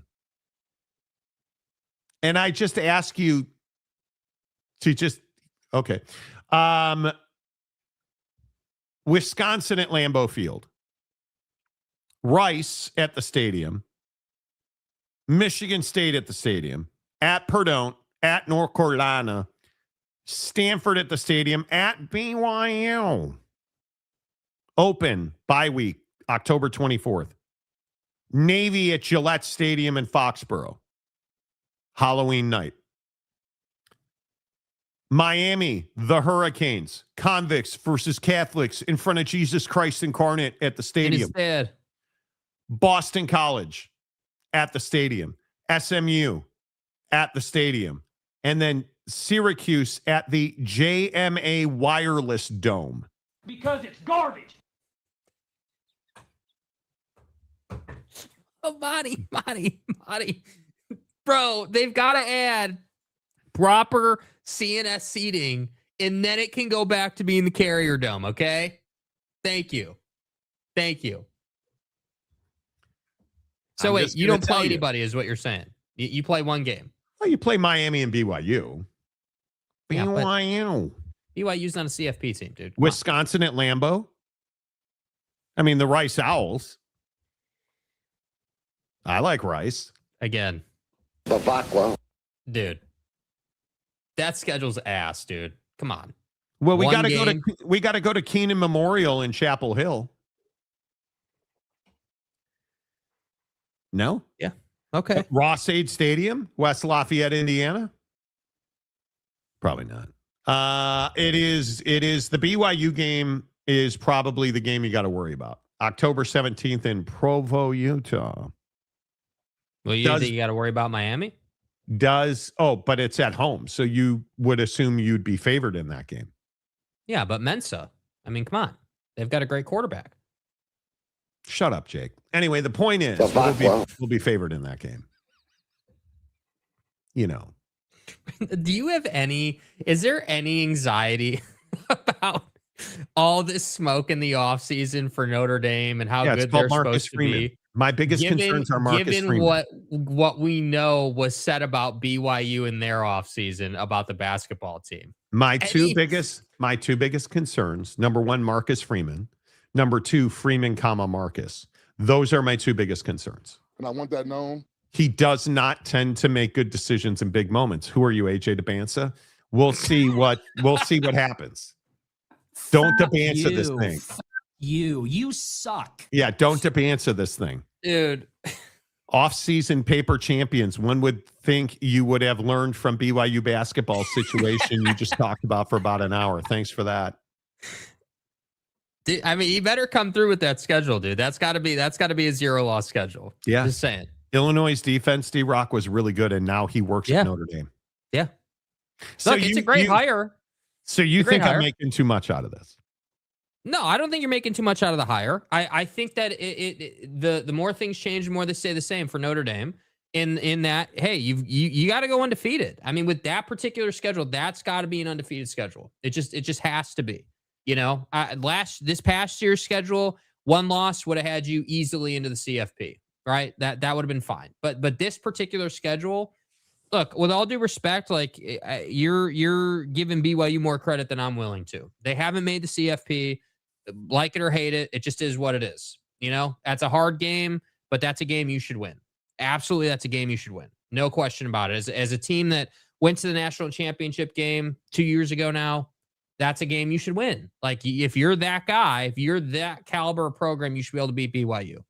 So, again, if the guy that you criticize beat Texas Tech, who beat the hell out of BYU twice, then Notre Dame should have no problem with BYU.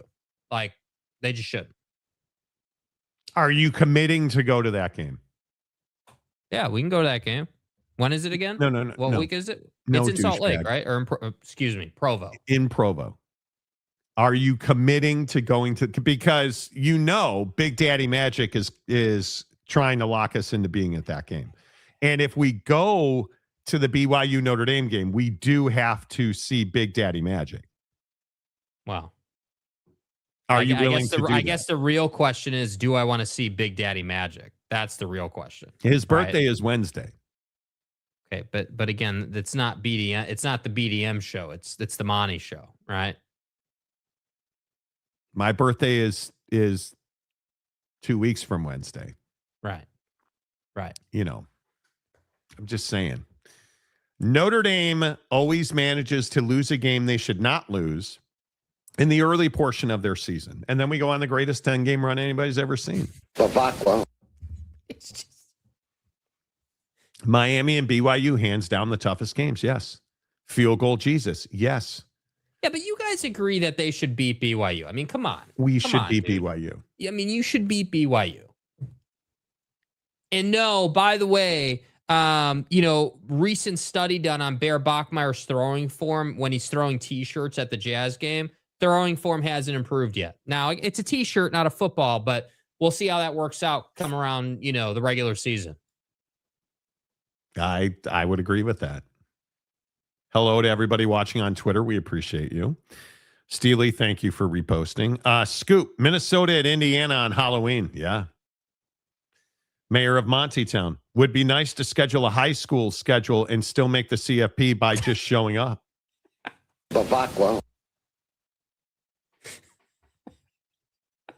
See, this is what Notre Dame did to itself, dude. Well, if we're ranked in the top 12, we're an auto bid in. So, it's tough, bro. It's tough. Any recent scandals or problems with the UNC Bill plus girlfriend situation?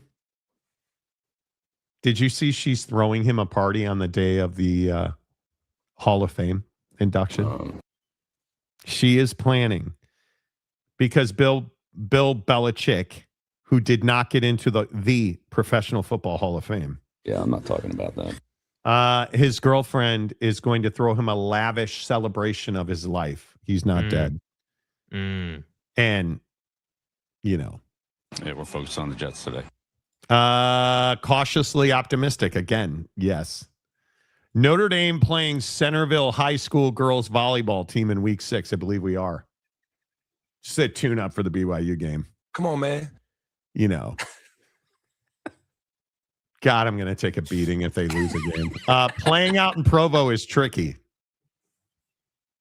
Altitude, that's going to be a national TV game. I would assume that's going to be a primetime game. So Notre Dame needs to hire the best player and motivator they have had in decades, Rudy. Big Daddy Magic met the actual human being that played Rudy. Sean Aston Green or whatever his name is. Sent me a picture too. People were willing to skip the game if Rudy did not play. That is a motivator, which never happened. No douchebag. Joey, I'll go to that game. I'm going to that game. They should have beat Marshall, NIU, and one other could make a good argument that they should have beat Texas A&M. They should have beat Texas A&M. BYU at Fort Collins in September. Why would BYU take that road game? I mean, why wouldn't you? Why? I don't think BYU cares about playing anywhere. They'll play wherever you tell them to go play. Yeah. Honest to God, I don't think Kalani cares. BYU's schedule next year is Utah Tech, Sleeping Giant, Arizona, at Colorado State on September 19th, bye week, at TCU in Fort Worth, Ammon G. Carter Stadium, Iowa State, Notre Dame. Then they make the trip down to Acrisure Bounce House at UCF, Arizona State at Utah, Baylor at Kansas, Cincinnati, Big 12 championship game.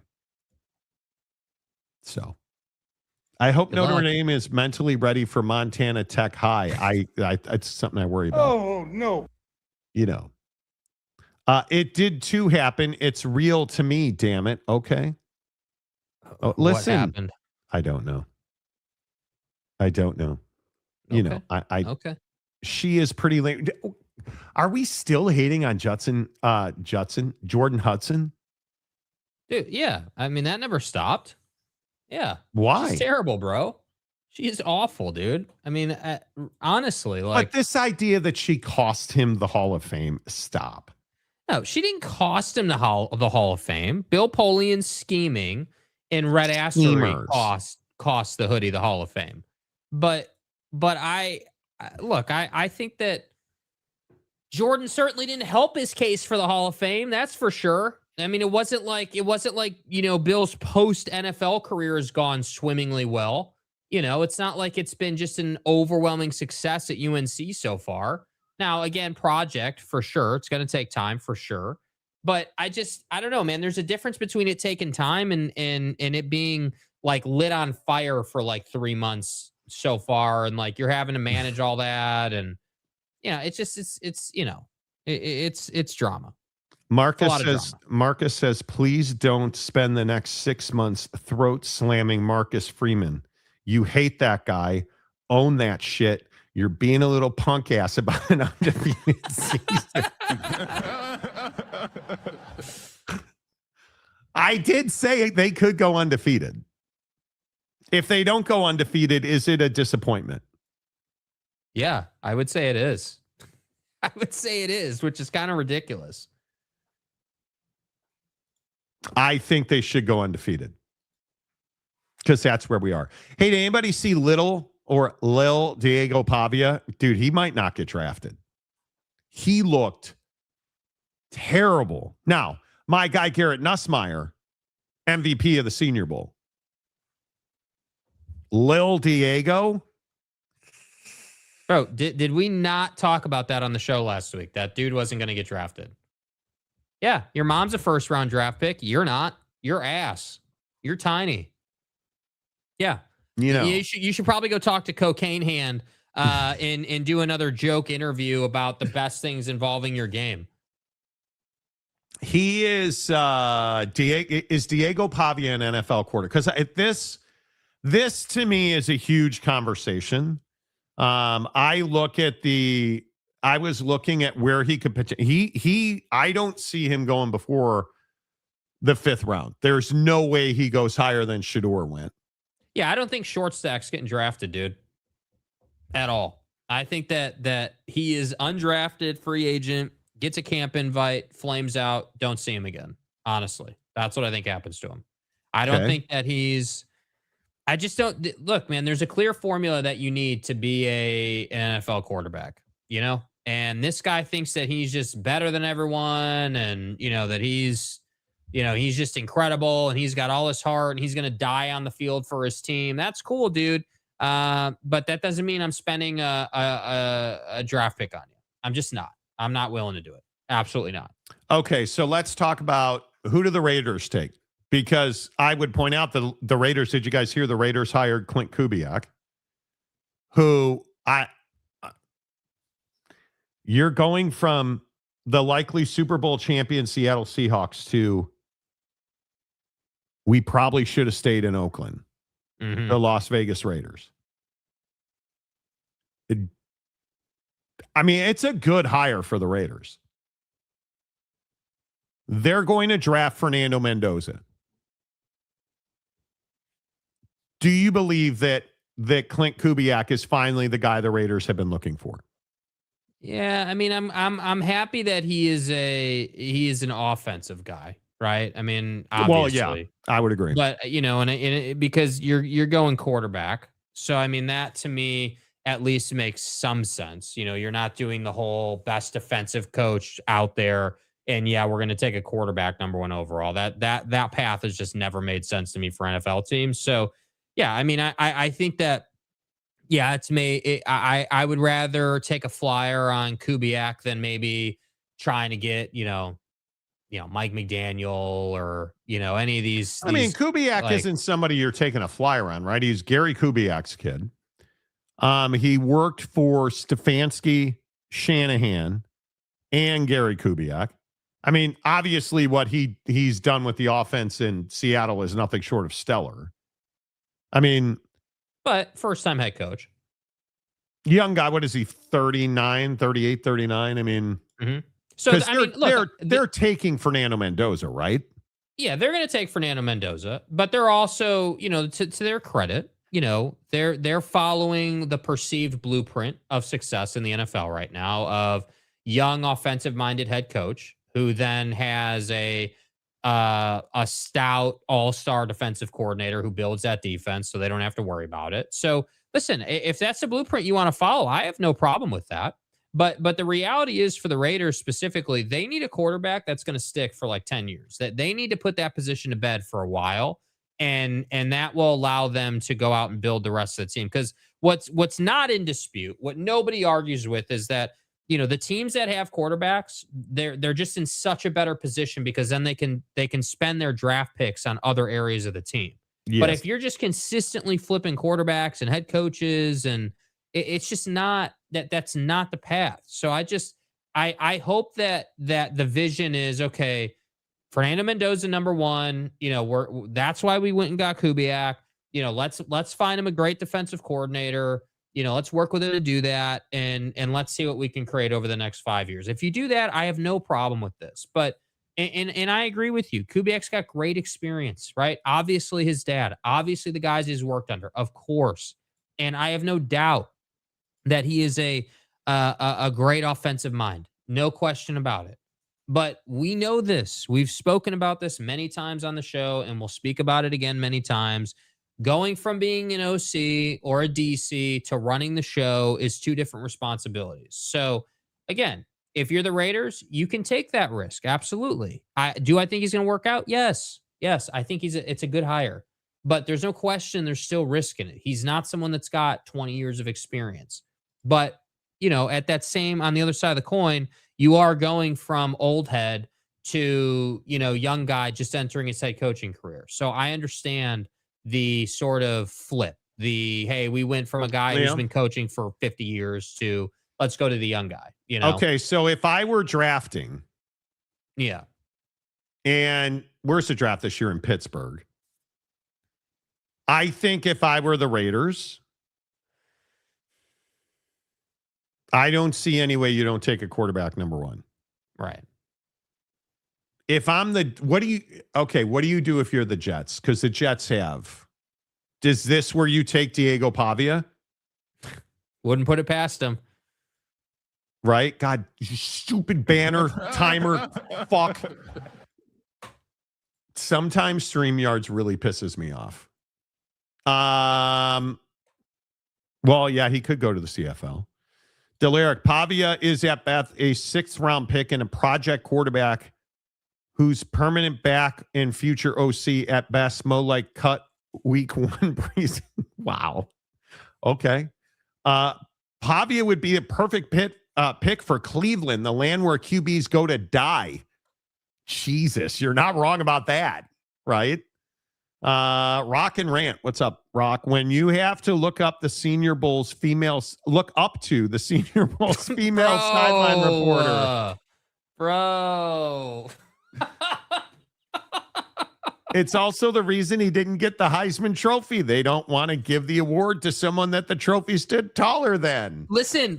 I think we have exclusive video of Diego Pavia lifting weights in a pre-draft workout for the Arizona Cardinals. Okay. Do we have that exclusive only on the Monty Show video here? I'm not playing it. You can play it if you. Pick it up. Walk back. There. Walk. One more. Right there. Go. You're a bad person, Jake. Look at short stack, dude. So this has now it's Diego Pavia. Previously, it had been Kyler Murray. Look at his face. Kyler Murray is graduated. Look at his face. Dude. He's graduated now to Diego Pavia. Yeah, just saying, dude. Just saying. You're a bad No, I don't person. think Pavia gets drafted, dude. I'm being serious. I think that he's an undrafted free agent, gets a camp invite, gets cut. 100%. Fat Jesus ain't wrong. The Raiders need Kyler Murray. Just saying. What would you trade Kyler Murray? Because I don't understand what the Cardinals. I think, and I know this is a surprise, the Cardinals made the worst hire as a head coach. Mike LaFleur, I get it. He's a Sean McVay guy. But I hate this hire. There is nothing that says Mike LaFleur is ready. Yeah, Mike's not Matt, if you know what I mean. Yeah,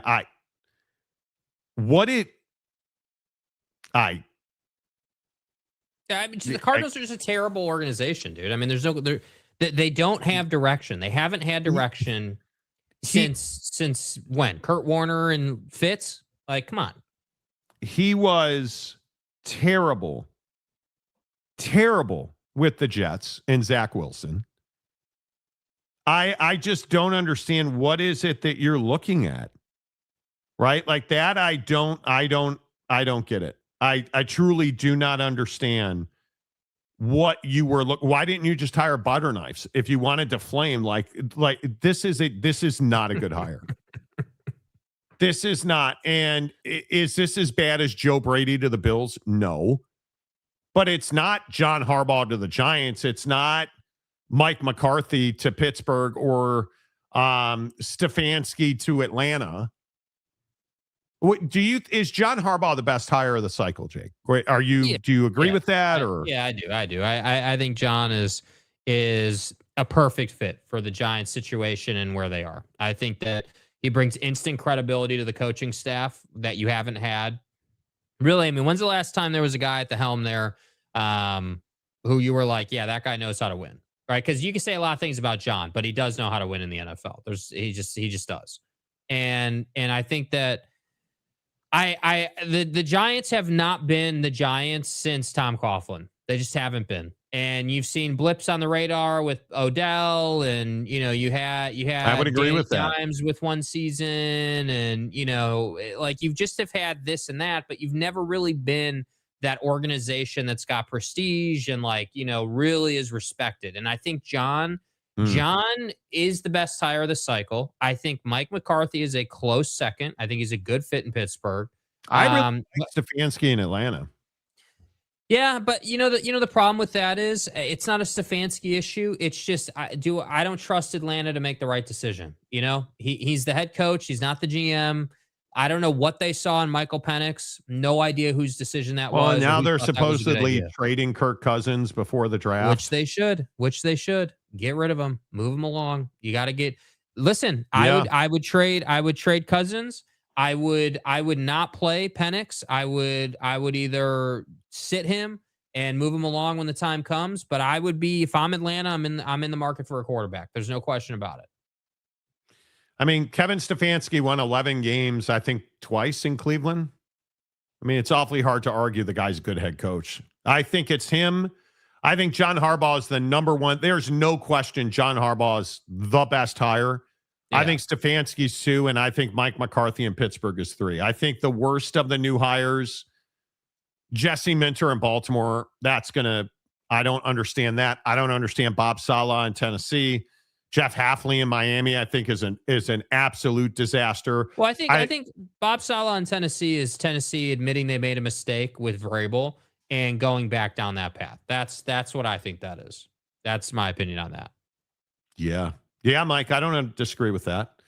Jets need so much, just need to take BPA, best player available, which would probably be Reese or Downs. Arvell Reese is going to be, but can you draft defense again?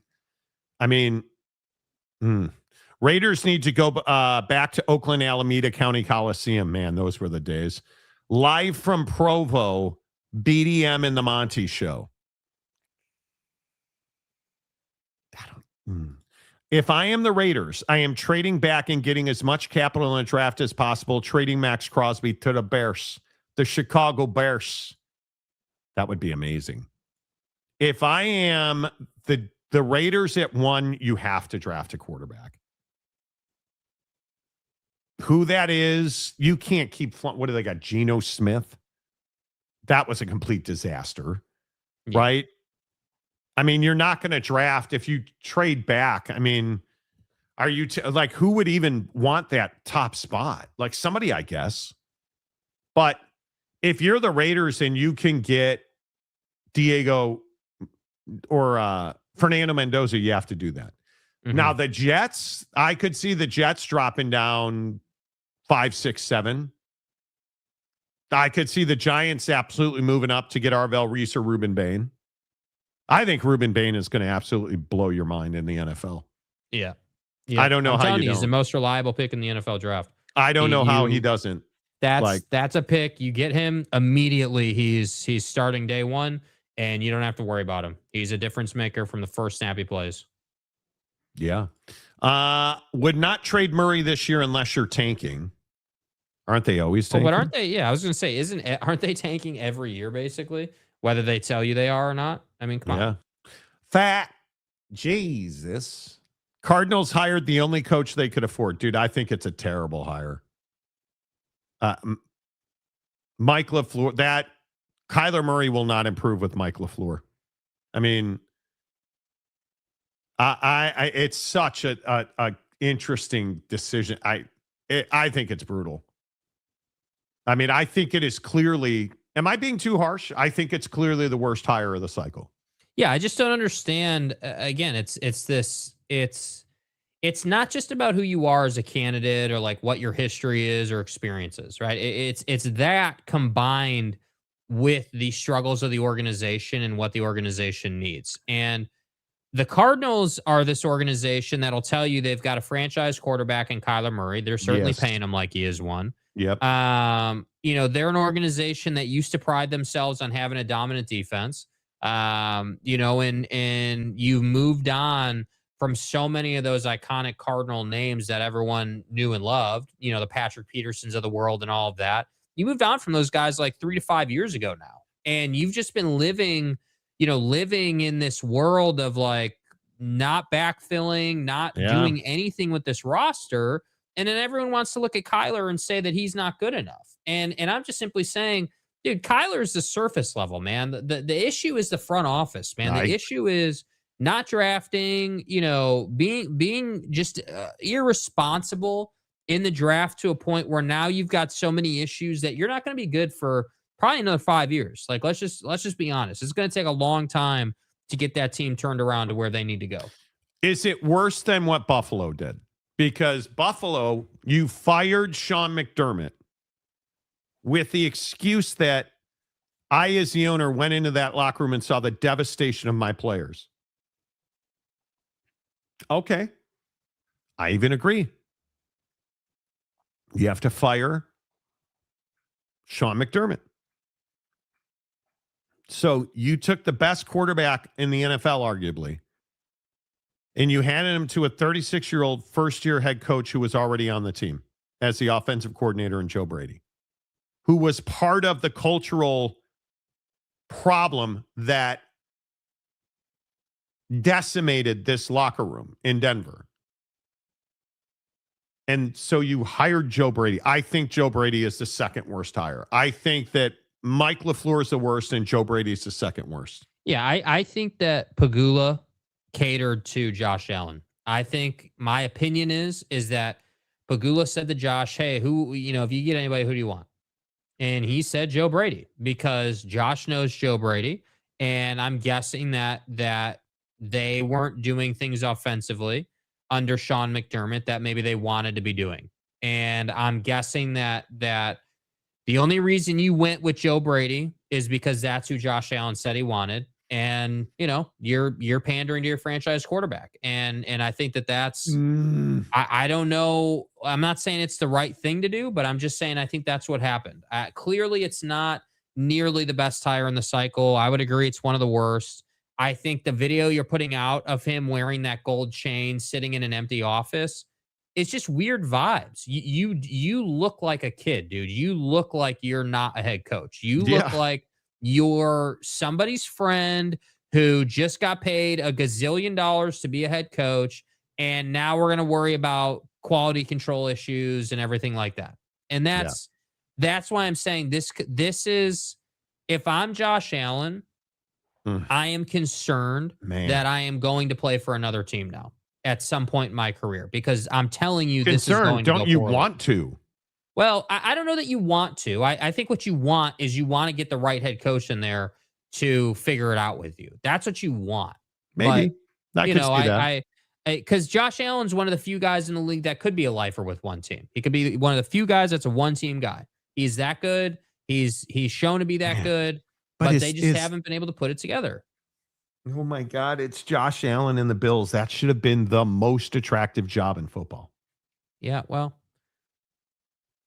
And you interviewed really good names. So I think it lends credence to your point about Josh probably wanted him. Yeah. Yeah. Some of these teams have to take these young coaches because many established ones do not want to work for them. That could be true. Well, but this was the John Harbaugh thing with the Bills, right? John takes the Giant job before the Bills job comes open, and everyone was like, well, hey, do you regret doing that? Because you could have the Bill job easily. That's what most people thought before they hired Joe Brady. But then they hired Joe Brady, and everyone was like, well, maybe they weren't looking externally. Maybe it was as simple as ask Josh who he wants, and that's who he said. So they did it. So I don't know, man. I think if you're gonna cater to Josh Allen, what are you setting yourself up for? Well, as an owner, you're setting yourself up for we're gonna regress, we're gonna backslide into a new have a conversation with Josh. Yeah, into a new stadium, which is a great point. Into a new stadium, we're not going to be better. We're not going to have excitement. There's not going to be because when you open a new stadium, you want to win. You want to go into that new stadium with energy and passion. When I undersold the lead. Randy Riding, a member for 6 months. Okay. Nice. Very nice, Randy. Very nice. Appreciate that, Randy. Thank you. The suck trifecta. I'm leaving that alone. Jets, Cardinals, Browns. Could be. Scoop says the Cards suck. Matt Muldoon, as a Giants fan, this is the most excited we have been since 2011, and it's all because of the coach hire. I would agree. Who sucks worse, the Jets or Notre Dame's 2026 schedule? National championship. Really hit it. Was it one of the New York Giants front office guys pop up in the Epstein files? No, the owner, Steve Tisch. How many sports dudes pop were up? Bro had full contact with. Bro didn't just pop up as like an obscure. Well, he was at a dinner with a bunch of other people. No, dude, he had direct contact with Jeff. Dude, come on. Yeah, come on. I mean, I think it's hard to see, and I was going to talk about this, but Steve Tisch, who is the co-owner of the Giants, has direct links. And you look at like Casey Wasserman, head of the 2028 LA Olympics and an absolute behemoth operator in professional sports. Emails with Ghislaine Maxwell. In the comment section, are the Epstein files, now that they've bled into sports, are the Epstein files now in a place with you where you're ready to drop your political affiliations and just say, okay, if you're in the files, you're getting torched. If you're not in the files, then you're fine. But okay. Yes, you're dead if you're in these files. But can I just, and I know that this is going to sound overly simplistic. Ghislaine Maxwell is the devil. Yeah. And she's had a lot of customers shop at the store. You know what I'm saying? You're Casey Wasserman, one of the most powerful people in the United States. Among the exchanges included Casey Wasserman telling Ghislaine Maxwell, quote, "I think of you all the time. What do I have to do to see you in a tight leather outfit?" Oh. Bruh. You're Casey Wasserman. And you're asking Ghislaine Maxwell, honest to God, hot knife through butter with that one. What do I have to do to see you in a tight leather outfit? There's also an email exchange about messages in one in which Maxwell asked whether it will be foggy enough during an upcoming visit, quote, so that you can float naked down the beach and no one could see you unless they are close up.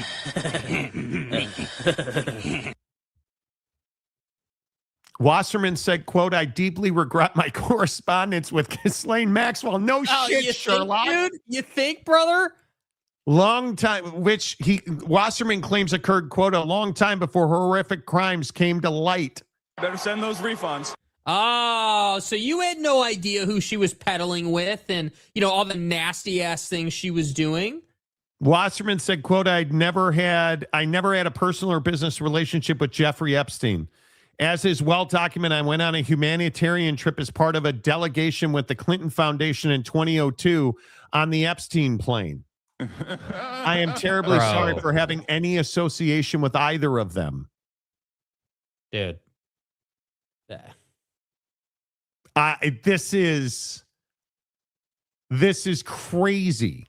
I don't look, dude. I agree that to prosecute someone, you got to have proper evidence, court of law, due process. I'm down with that. Totally down with all that.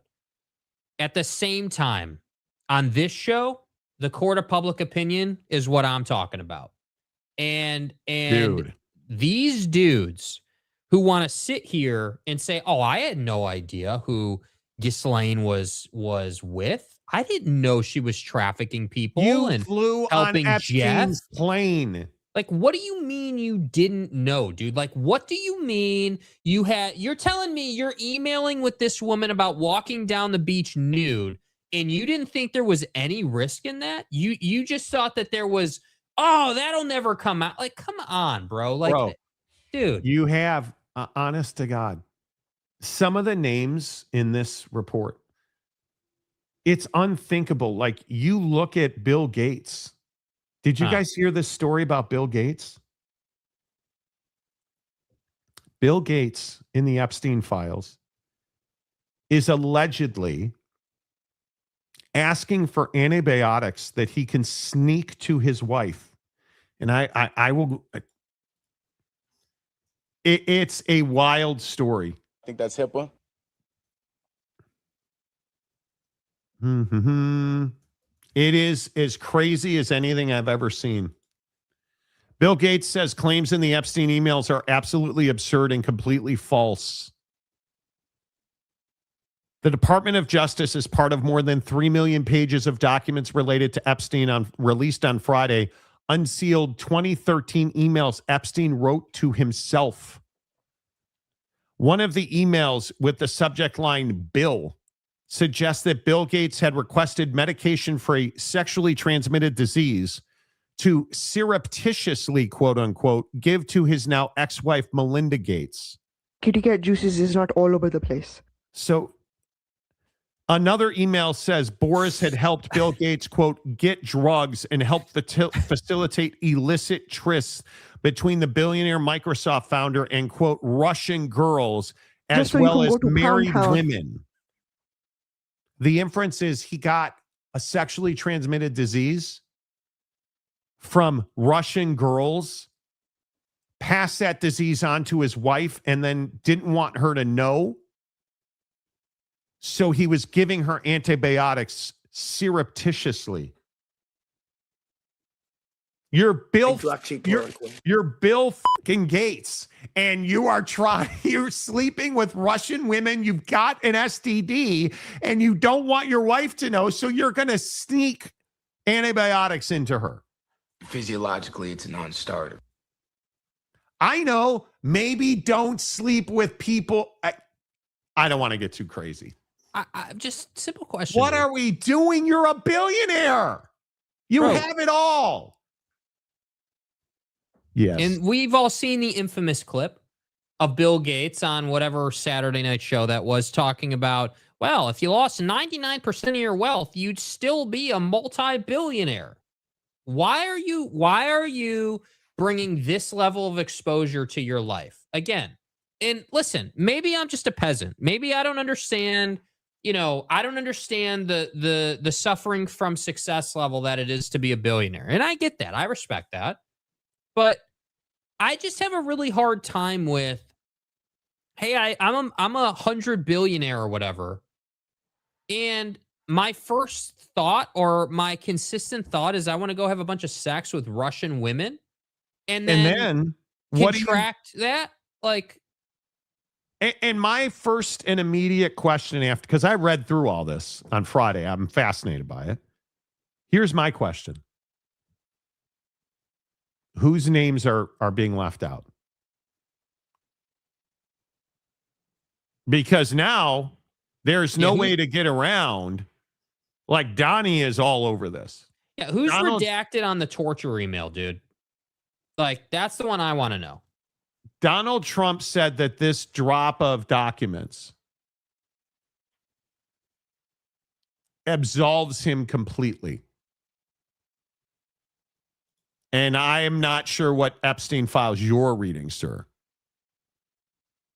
But I don't understand how on earth. I don't understand how on earth this is normal. Like, we're supposed to believe now. We're supposed to believe now that you're just innocent. Just take it nice and easy, okay? Just relax. Who do we not know is in those files?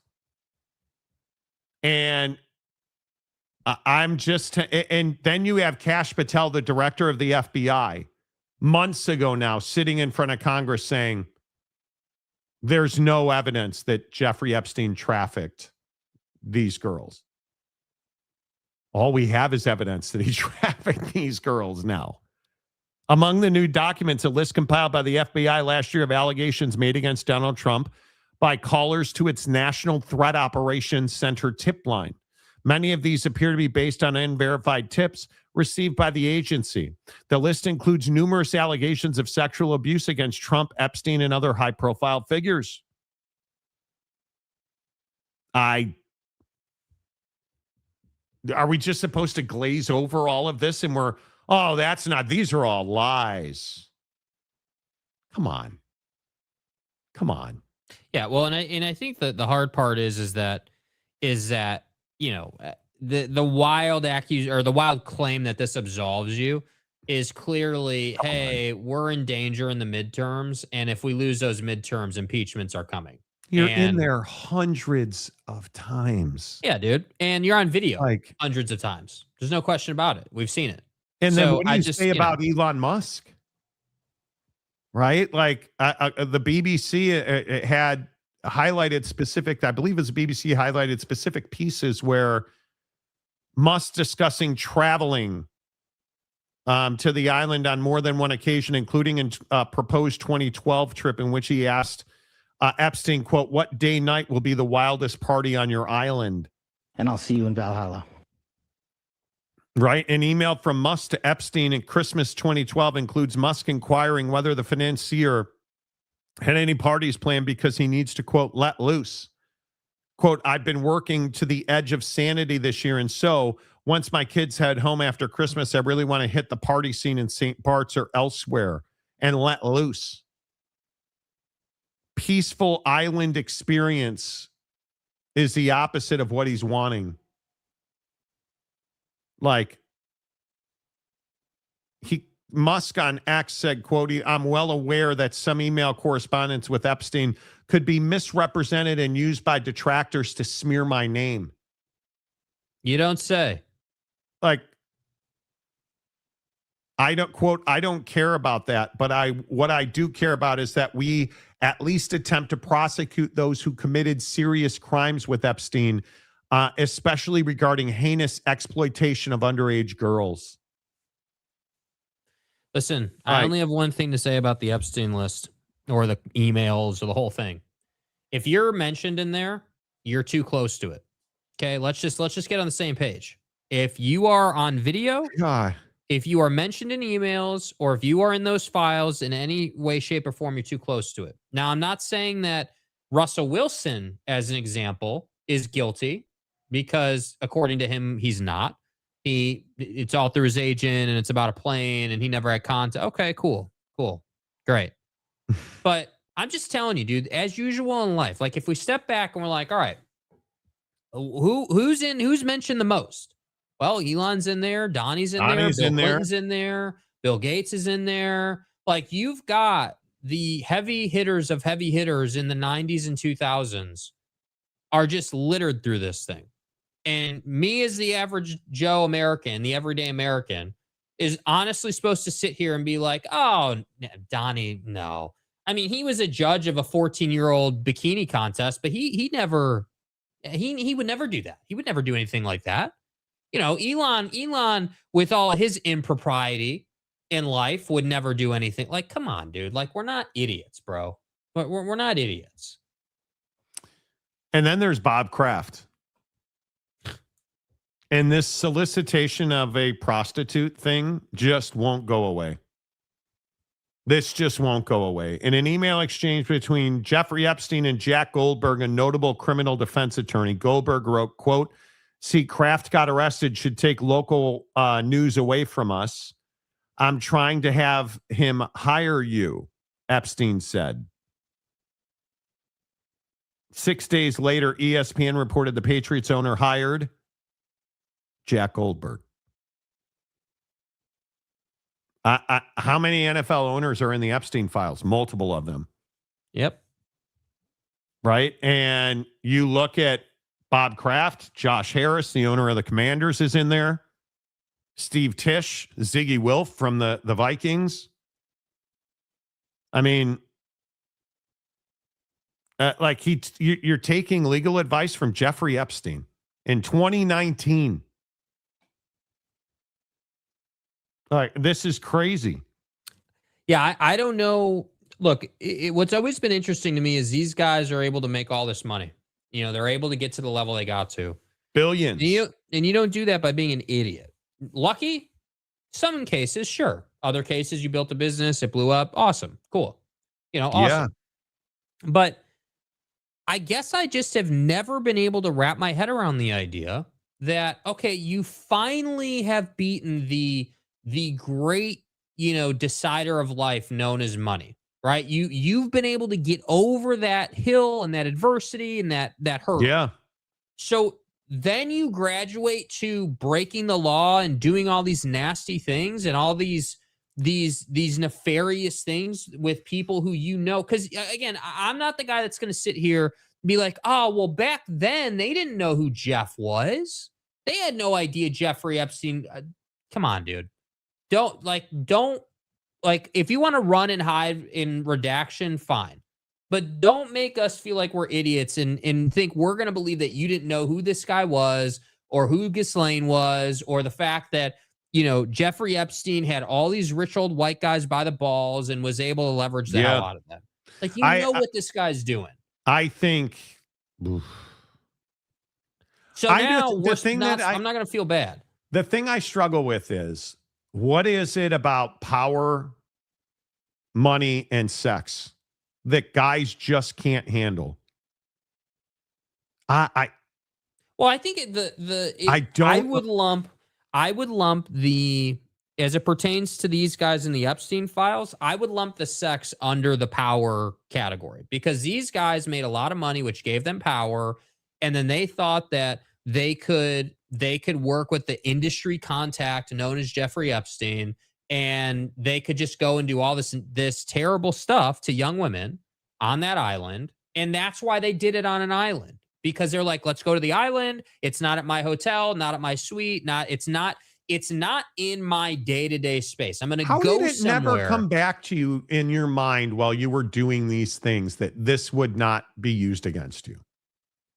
Or maybe you just don't care. Or maybe you don't care. Maybe you think you can buy your way out of it. I don't know. But look at Scoop. Tech nerds ain't good at getting the ladies. No, they're good at running computers and making money. How is cool. Bill Gates, one of the richest guys in the history of the world, was allegedly asking for antibiotics to slip to his wife because he got an STD having sex with these, quote, Russian women, which is what is being reported.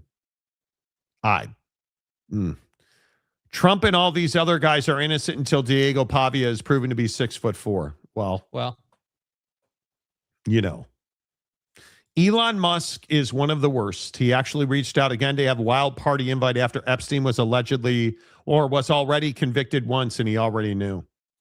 Yeah. A lot of dudes are going to need the Roman Polanski travel package. It's probably true. And again, if the Republicans lose the midterms, bro, burn it down. That's what's going to happen, honestly. How many names on this list are in sheer panic over the Republicans losing control of the House and Senate at the midterm? Because did you guys see this special election in Texas? Yes. That seat had never been Democratic, essentially, in our lifetimes. And the guy runs away with it. A Democrat runs away with it. I'm starting to see. It's crazy. And again, I just want to be really, really clear. Not a Democrat, not a Republican. Just trying to find the person that, is the highest quality candidate in a lot of different areas. And what's shocking about the Texas thing to me is I feel like it's a sign that voters have taken this administration's stuff personally. Meaning, hey, like you talked all this junk about all this stuff you were going to do, right? The affordability, bringing down housing prices, like, all this tariff revenue and cutting us checks and sending Americans money and like all this stuff you promised. And not only have you not done that stuff, you've done exactly the opposite of what you said you were going to do and then told us that you did it. Like, hey, I did the opposite, but I'm still going to lie to you. And I just think that we're in a day and age now where you can't really do that anymore because of social media, because of stuff like Twitter and people's ability to get information. Like, it's no longer like, I think the Republicans are foolish now. It's not a Democrat-Republican thing. It's Americans taking it personally thing. And that's why you see stuff like a Democrat winning a special election in Texas, bro. This is Texas we're talking about. This isn't like, this isn't Georgia or Florida or like these states that have kind of swung back and forth. This is Texas, brother. The heart of red country. And this dude went out and won a chair. Like, I don't know, man. I don't know. I think people are pissed. I think people have taken it personally. And I think that the midterms could be, I think there's a chance that we could get as Trump put it, a landslide, and we're going to get a rerun of, hey, fake election, stolen votes, and that's going to dominate the narrative come the midterms. I'm when you win that seat and you do it 57% to 43%, that's not even close. Yeah. Taylor Remate is the guy's name. That is incredible. It's incredible. Wow, look at that. The Tater Man. When these political dumpster fires arise, in the end, it's either an innocent or heinous as anyone plans it to be.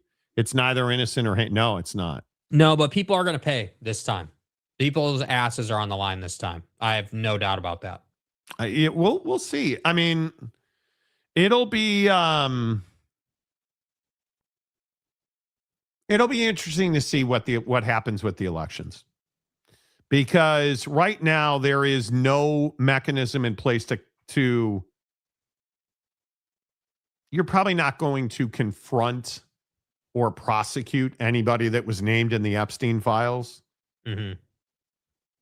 Because there is no prosecutorial lever to pull. I mean, the Justice Department is essentially not functioning. I mean, you're just not going to see that. Not now. You're just not. But I'm telling you, at some point you will. You will at some point. Just not now. Not with this Justice Department. No. That's why I said I think if the Republicans lose the midterms, you're in real trouble. That's when you're going to see this stuff will start rolling downhill. So you should get out and vote.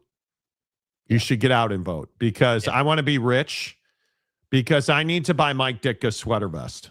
Do you guys buy sports memorabilia? Is sports memorabilia like a thing still? Do we still do that? The sweater vest that Ditka. Hey, Mike. Hey, Ditka. That we wore in Super Bowl 20 when we beat wholesale ass. The auction will run through this Saturday. 26 bids placed. It's already over $82,000 for Ditka and his sweater vest. Now, listen, there is no greater lust in my NFL life than the Bears. The Bears. The Bears. I love the Chicago Bears. There is not a snowball's chance in hell that I am going to pay $82,000 for Mike's sweater. Ditka, 82 Gurr. Dude, first of all, what a G. Can we just give this dude his flowers real quick? Like, you're on the sideline in a long sleeve button down shirt and a tie, wearing that vest with that hair, and you're a stud, dude. Yeah, I mean that's next level, dude. Next level swag. I don't even know how do you. You're really going to cut a check for 82 Gurr if you win this thing? No, I'm not. What would you pay 82,000 for? In sports memorabilia or just generally? Not much. I mean, maybe like a Jonathan Taves Stanley Cup jersey, game worn, or I don't know. Like, probably not much, honestly. You know what I would? Something Tiger Woods from when he won a US Open, maybe. Maybe I would consider that. Maybe a club or like one of his putters, maybe. Something like that, maybe. You know? It's a 2XL. So I couldn't probably even fit in it. You know, being fat and everything. But it's 82 grand with 26 bids. Yeah, I mean, that's just so much, dude.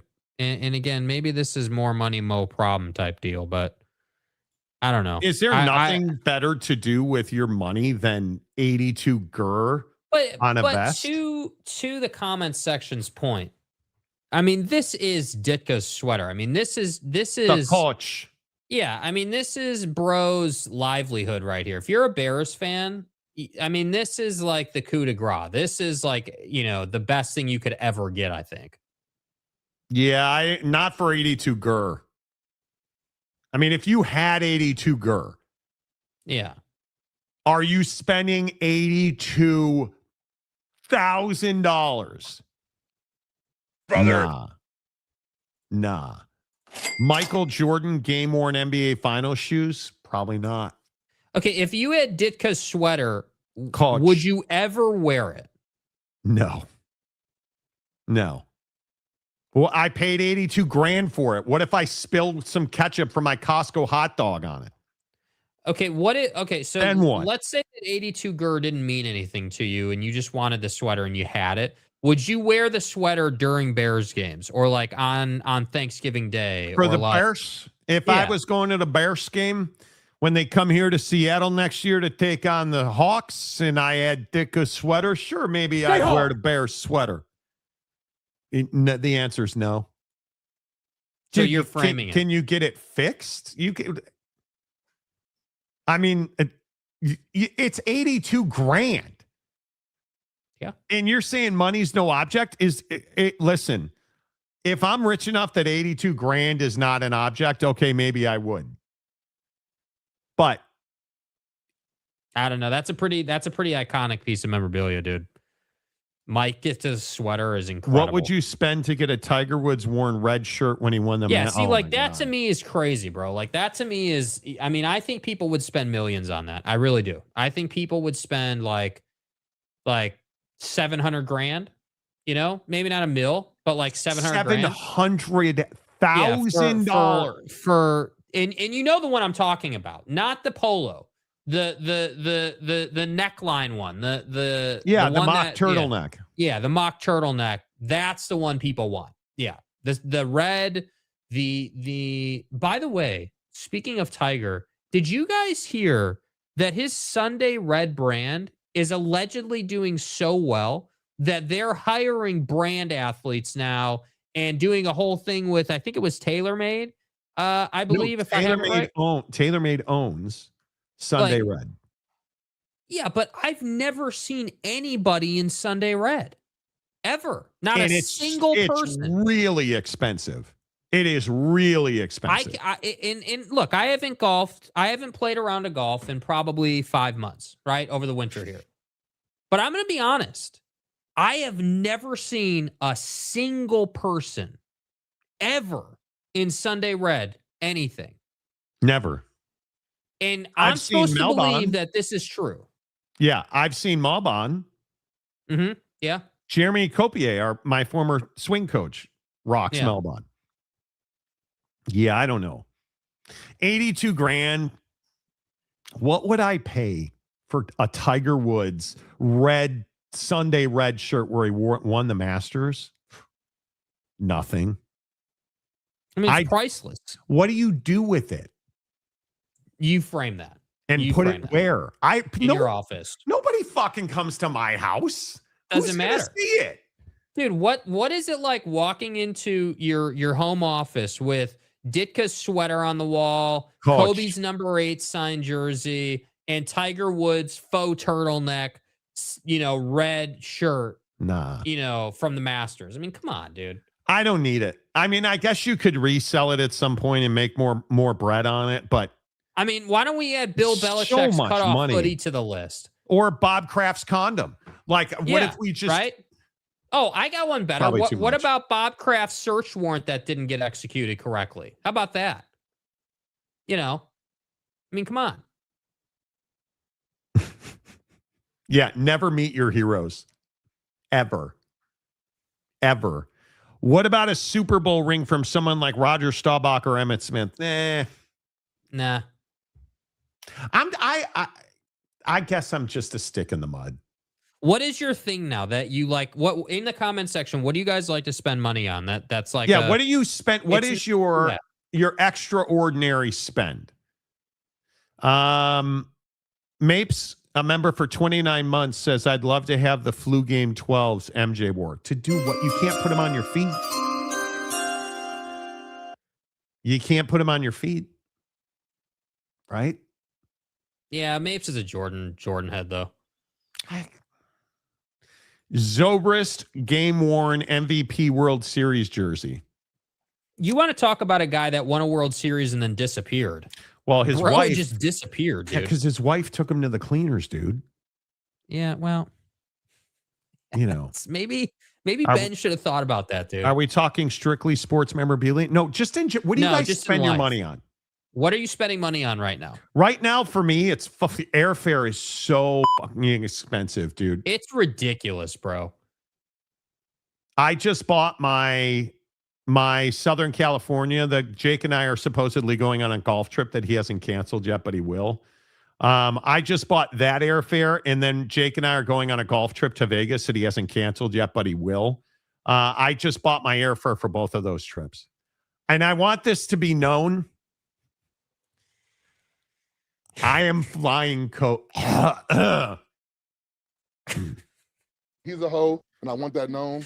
I'm flying coach known as the Lolita Express. Hey, player! I am flying. Oh, man, dude. Oh, yeah, I'm flying Alaskan to that cesspool of a town known as Vegas. I'm flying Ditka to Las Vegas. What's dirtier, the coach seat or Ditka's sweater? The very fact that I have to ride with the great unwashed. Yeah, what am I spending my money on? Well, right now it's travel. I have a lot of travel this year. My wife is such a pimp. My wife's going to Hawaii 3 times this year. What it must be like. I'm only going twice. What it must be like. Everybody ain't able, but she is. I'm going to Hawaii twice, once in, I think, May and once at Thanksgiving. I'm like I said, I'm going to Vegas and then Southern California for golf trips. I don't know that I'm going to golf in Hawaii next time. When me and Mrs. Monty go in May, I don't know if I'm going to play golf or not. I'd really like to. I just am not sure. I don't know. Yeah, nobody should have to fly coach. On like a 1-hour flight. Oh, no, it's not. It's like 3 hours. No, it is not. Yeah, it is. To go to Vegas from Seattle is not 3 hours, okay. dude. No. Okay. No. Listen, you do you. There's no way that's 3 hours, bro. Oh, I'm sorry. It's 2 hours and 56 minutes. Yes, it is. Yes, it is. What? Yes, it is. Unfortunately, it really is. I just am disgusted that, yeah, it's brutal, dude. It is absolutely brutal to be, it's not good. Flying coach is not good. Yeah. You know, so I am flying. It's 2 hours and 54 minutes from Seattle to Vegas. So interesting. And for 2 coach tickets, it's $1,000. Yeah, that's part of the problem, dude. See, I don't know. I understand. Yeah. I don't know. I like Las Vegas National a lot, dude. But to go to Vegas for a G. Wait, what? Crazy. Come over here. What my wife is telling me there's Comfort Plus upgrades. I don't even see this flight in my app. Bro has complained so much about she's on the side talking about upgrades. I don't even have it in my app yet. Oh, that's great. Yeah, dude. I guess she's saying Comfort Plus. You can upgrade Comfort Plus on this trip for.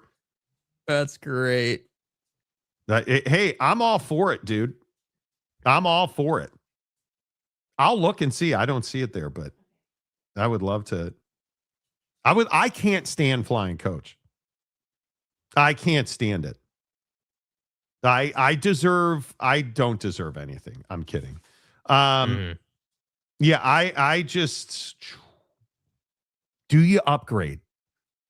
No, not on a regional. No. Why not? Yeah. So anyway, my point is that here's my thing with Vegas right now, dude. And you know, I like Las Vegas National a lot, but to your point, the airfare is just a kick in the balls, dude. Yeah, like but $1,000 for coach is crazy. Right, but For you're a three- one guy. You're a single. You can do it for like $300. You're a scumbag. You don't care about like flying coach. You want to fly coach, right? You and your vest.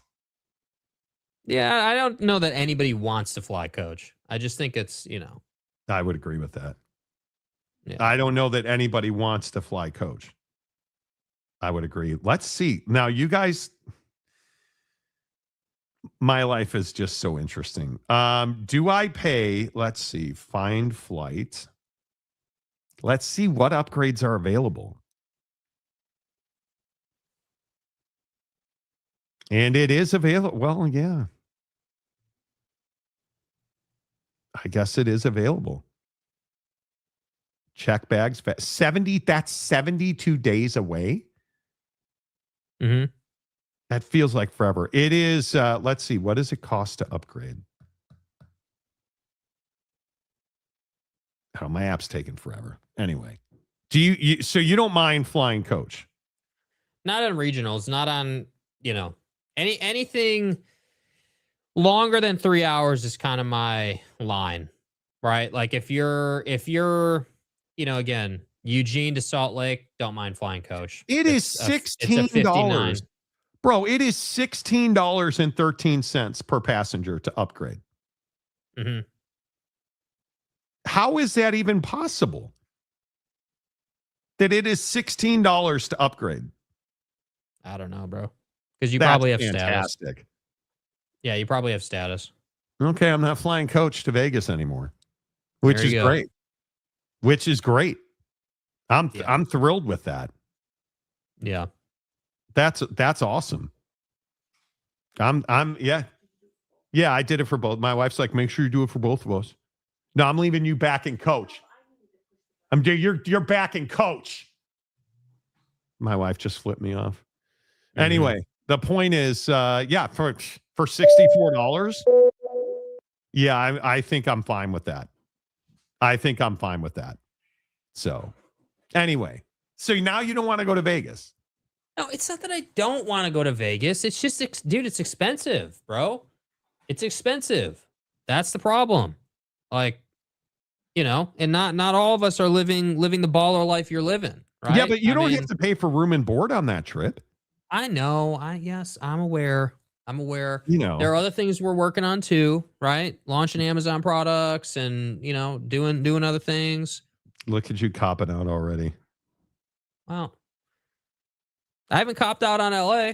I'm fully committed to going to LA. Okay. It's fine. Yeah, that's great. I'll take that every day. I will take that every single day, which is awesome. So I have no desire to visit the Middle East, but have to say the Emirates Airlines look so awesome. They go big time on comfort and class. Dude, I would love to go to Dubai. The UAE, I would love to go to the UAE. Does Jake have to buy a seat for his vest? Yeah, it needs its own vest, or it needs its own seat. The vest needs its own seat. So, that doesn't help the cost either, No, I would agree with that. It does not help the cost. It certainly does not, But I don't know. I'm probably being a red ass about it. What? But I think you got to live your life, dude. You have to live your life. You have to. I don't think that you can. The cost of that trip is well worth it, in my opinion. I think you have to do it. I think it's so funny. We were talking about this over the weekend. I want to make sure that I don't want to get somewhere and be like, yeah, I wish we had done that trip to Vegas. I'm doing it. I'm just at the point where, and yes, we have other things that I want to be doing. And yes, I absolutely agree with that. I think spending time with people, and this trip to Vegas, admittedly, it's a girls' trip. It's my wife, her sister, and her mom. And her mom is paying for them to go to the Sphere to do some Wizard of Oz thing, which is cool. You're like, hey, knock yourself out. I'm going to play two rounds of great golf. Las Vegas National and Summerlin. TPC Summerlin are two of my favorite courses in the country. I love both of them. when we went to Summerlin last time, we played with Seamus Power. Yeah. Remember that? He's so good at golf, dude. It's not even funny. He had a really good weekend at He Torrey. is so good, dude. Watching a PGA player while you try to play, different thing. Anyway, my point is, we have to go and live our lives. Life is too complicated right now. There's too much going on. Like time goes too fast. Jake needs to buy a washing machine for his vest, though. No, the vest is crispy, dude. I washed it. It does look good now. Yeah, the vest is clean, dude. Yeah, don't hate. What do you guys think of Patrick Reed's move? I think it's the only move you could make. Did you guys hear? He's a Class A cheater, and I think that he didn't have a choice but to come back. But did you guys hear about Bryson and John Rahm now? You know why these guys are leaving Live Golf? Because they want to play 54-hole tournaments, not 72. And Live Golf is going to 72 holes. That's why Bryson is refusing to sign an extension. Mm-hmm. Allegedly. Because he doesn't want to play 54 holes. Or he wants to play 54, not 72. And he allegedly said, this is not what we signed up for. And John Rahm the same. Allegedly. Well, if they don't want to acquiesce, then they can go play in the DP World Tour. And Las then Vegas figure out the PGA. Las Vegas is gross. I don't hate Las Vegas in short spurts. I am again. Yeah. Mm-hmm. Go ahead. Well, my thing was going to be is the only thing I like about Las Vegas is those two courses. I don't like in Mastros. Those are the three things. That's it. I'm not like Las I don't Vegas like National is a really enjoyable course to play. Yeah. And I thought we had a really good time at Summerlin. We did. Yeah, that was that round went by really fast. It did. Because we played well. Yeah. And you're playing with you're watching a professional golfer play in front of you. Yeah. So I think you have to go live those experiences. I think that your life goes by so fast. You have to do it. Raw dogging a coach flight is the dream. I don't know why I hate it. I just hate having to wait to get on the plane. Group 4, Group 5, Group 11. Mm-hmm. I want priority boarding. I don't want to pay baggage fees. That's it. Do you know the other thing about Southwest is I hate their new little... Yeah, that's why the airfare is more expensive because you don't get... It used to be that bags fly free with Southwest. Nope. And you would board in these groups and stuff, and they've taken that away. So now a flight that like this, the LA trip, unnecessarily like $800 for airfare because the airfare is more expensive if you want a bag free, which I do because I'm bringing a carry-on in my clubs and I don't want to pay $70 additional because I'm either going to pay the $70 for the clubs for a bag, which is my clubs. It's $70? Yeah, first bag is $70 unless you upgrade your booking to I can't remember the higher tier like choice or whatever it is. They have different names for it, but you have to be booking at a certain level. So basically what they're saying is you're either going to pay the baggage fee or you're going to pay more for your booking. So it's like so that's my point is like, you know, we've got the LA trip. I'm going to come up to Seattle and we're going to play. We've got the Hawaii trip and for Thanksgiving, you know, but you're just going to drive up here, right? Yeah, well, no, but that's my point. Is that coming up to Seattle is miles easier because I can just drive up and then we can, you know, it's just logistically speaking, it's way cheaper and it's way cheaper for both of us, miles cheaper for both of us because you know we can, you know, now that we're both on, yeah. And again, I'm not lobbying, but my point is, it's the dinner at Mastro's, it's walking around the strip, it's the just sitting up talking or like I think that's especially because my mother-in-law is older now. My mother-in-law is older and I think my sister-in-law is older now. I mean, I'm going to be 53 here in 2 weeks. I'm older now. Like I just have gotten to this place where, and I wish I had this perspective earlier in my life. You have to spend time with people. And I think that's what it comes down to. And Vegas has become a golf spot for us, oddly enough. I don't know that I really understand that. Yeah, but like I would go back and play Lake Las Vegas. See, maybe we play Lake Las Vegas instead of Summerlin. So bad, dude. at Lake Las Vegas that one time we played it. That was terrible. The course isn't terrible. I was terrible. I'm actually really excited about my golf game right now. I need to go play because I'm hitting the ball really, really well. Yeah. So I need to go play. But my point is, before we wrap this up, my point is you really got to spend time with people. You really got to spend time with people. Phil Venzer, I got Saquon golf in April and talking stick in June. That's fun. That's fun. It sucks if you are a cash-only person and you cannot buy a snack or a drink on an airline. Truth. Where do you enjoy staying in Vegas? Cosmopolitan's nice.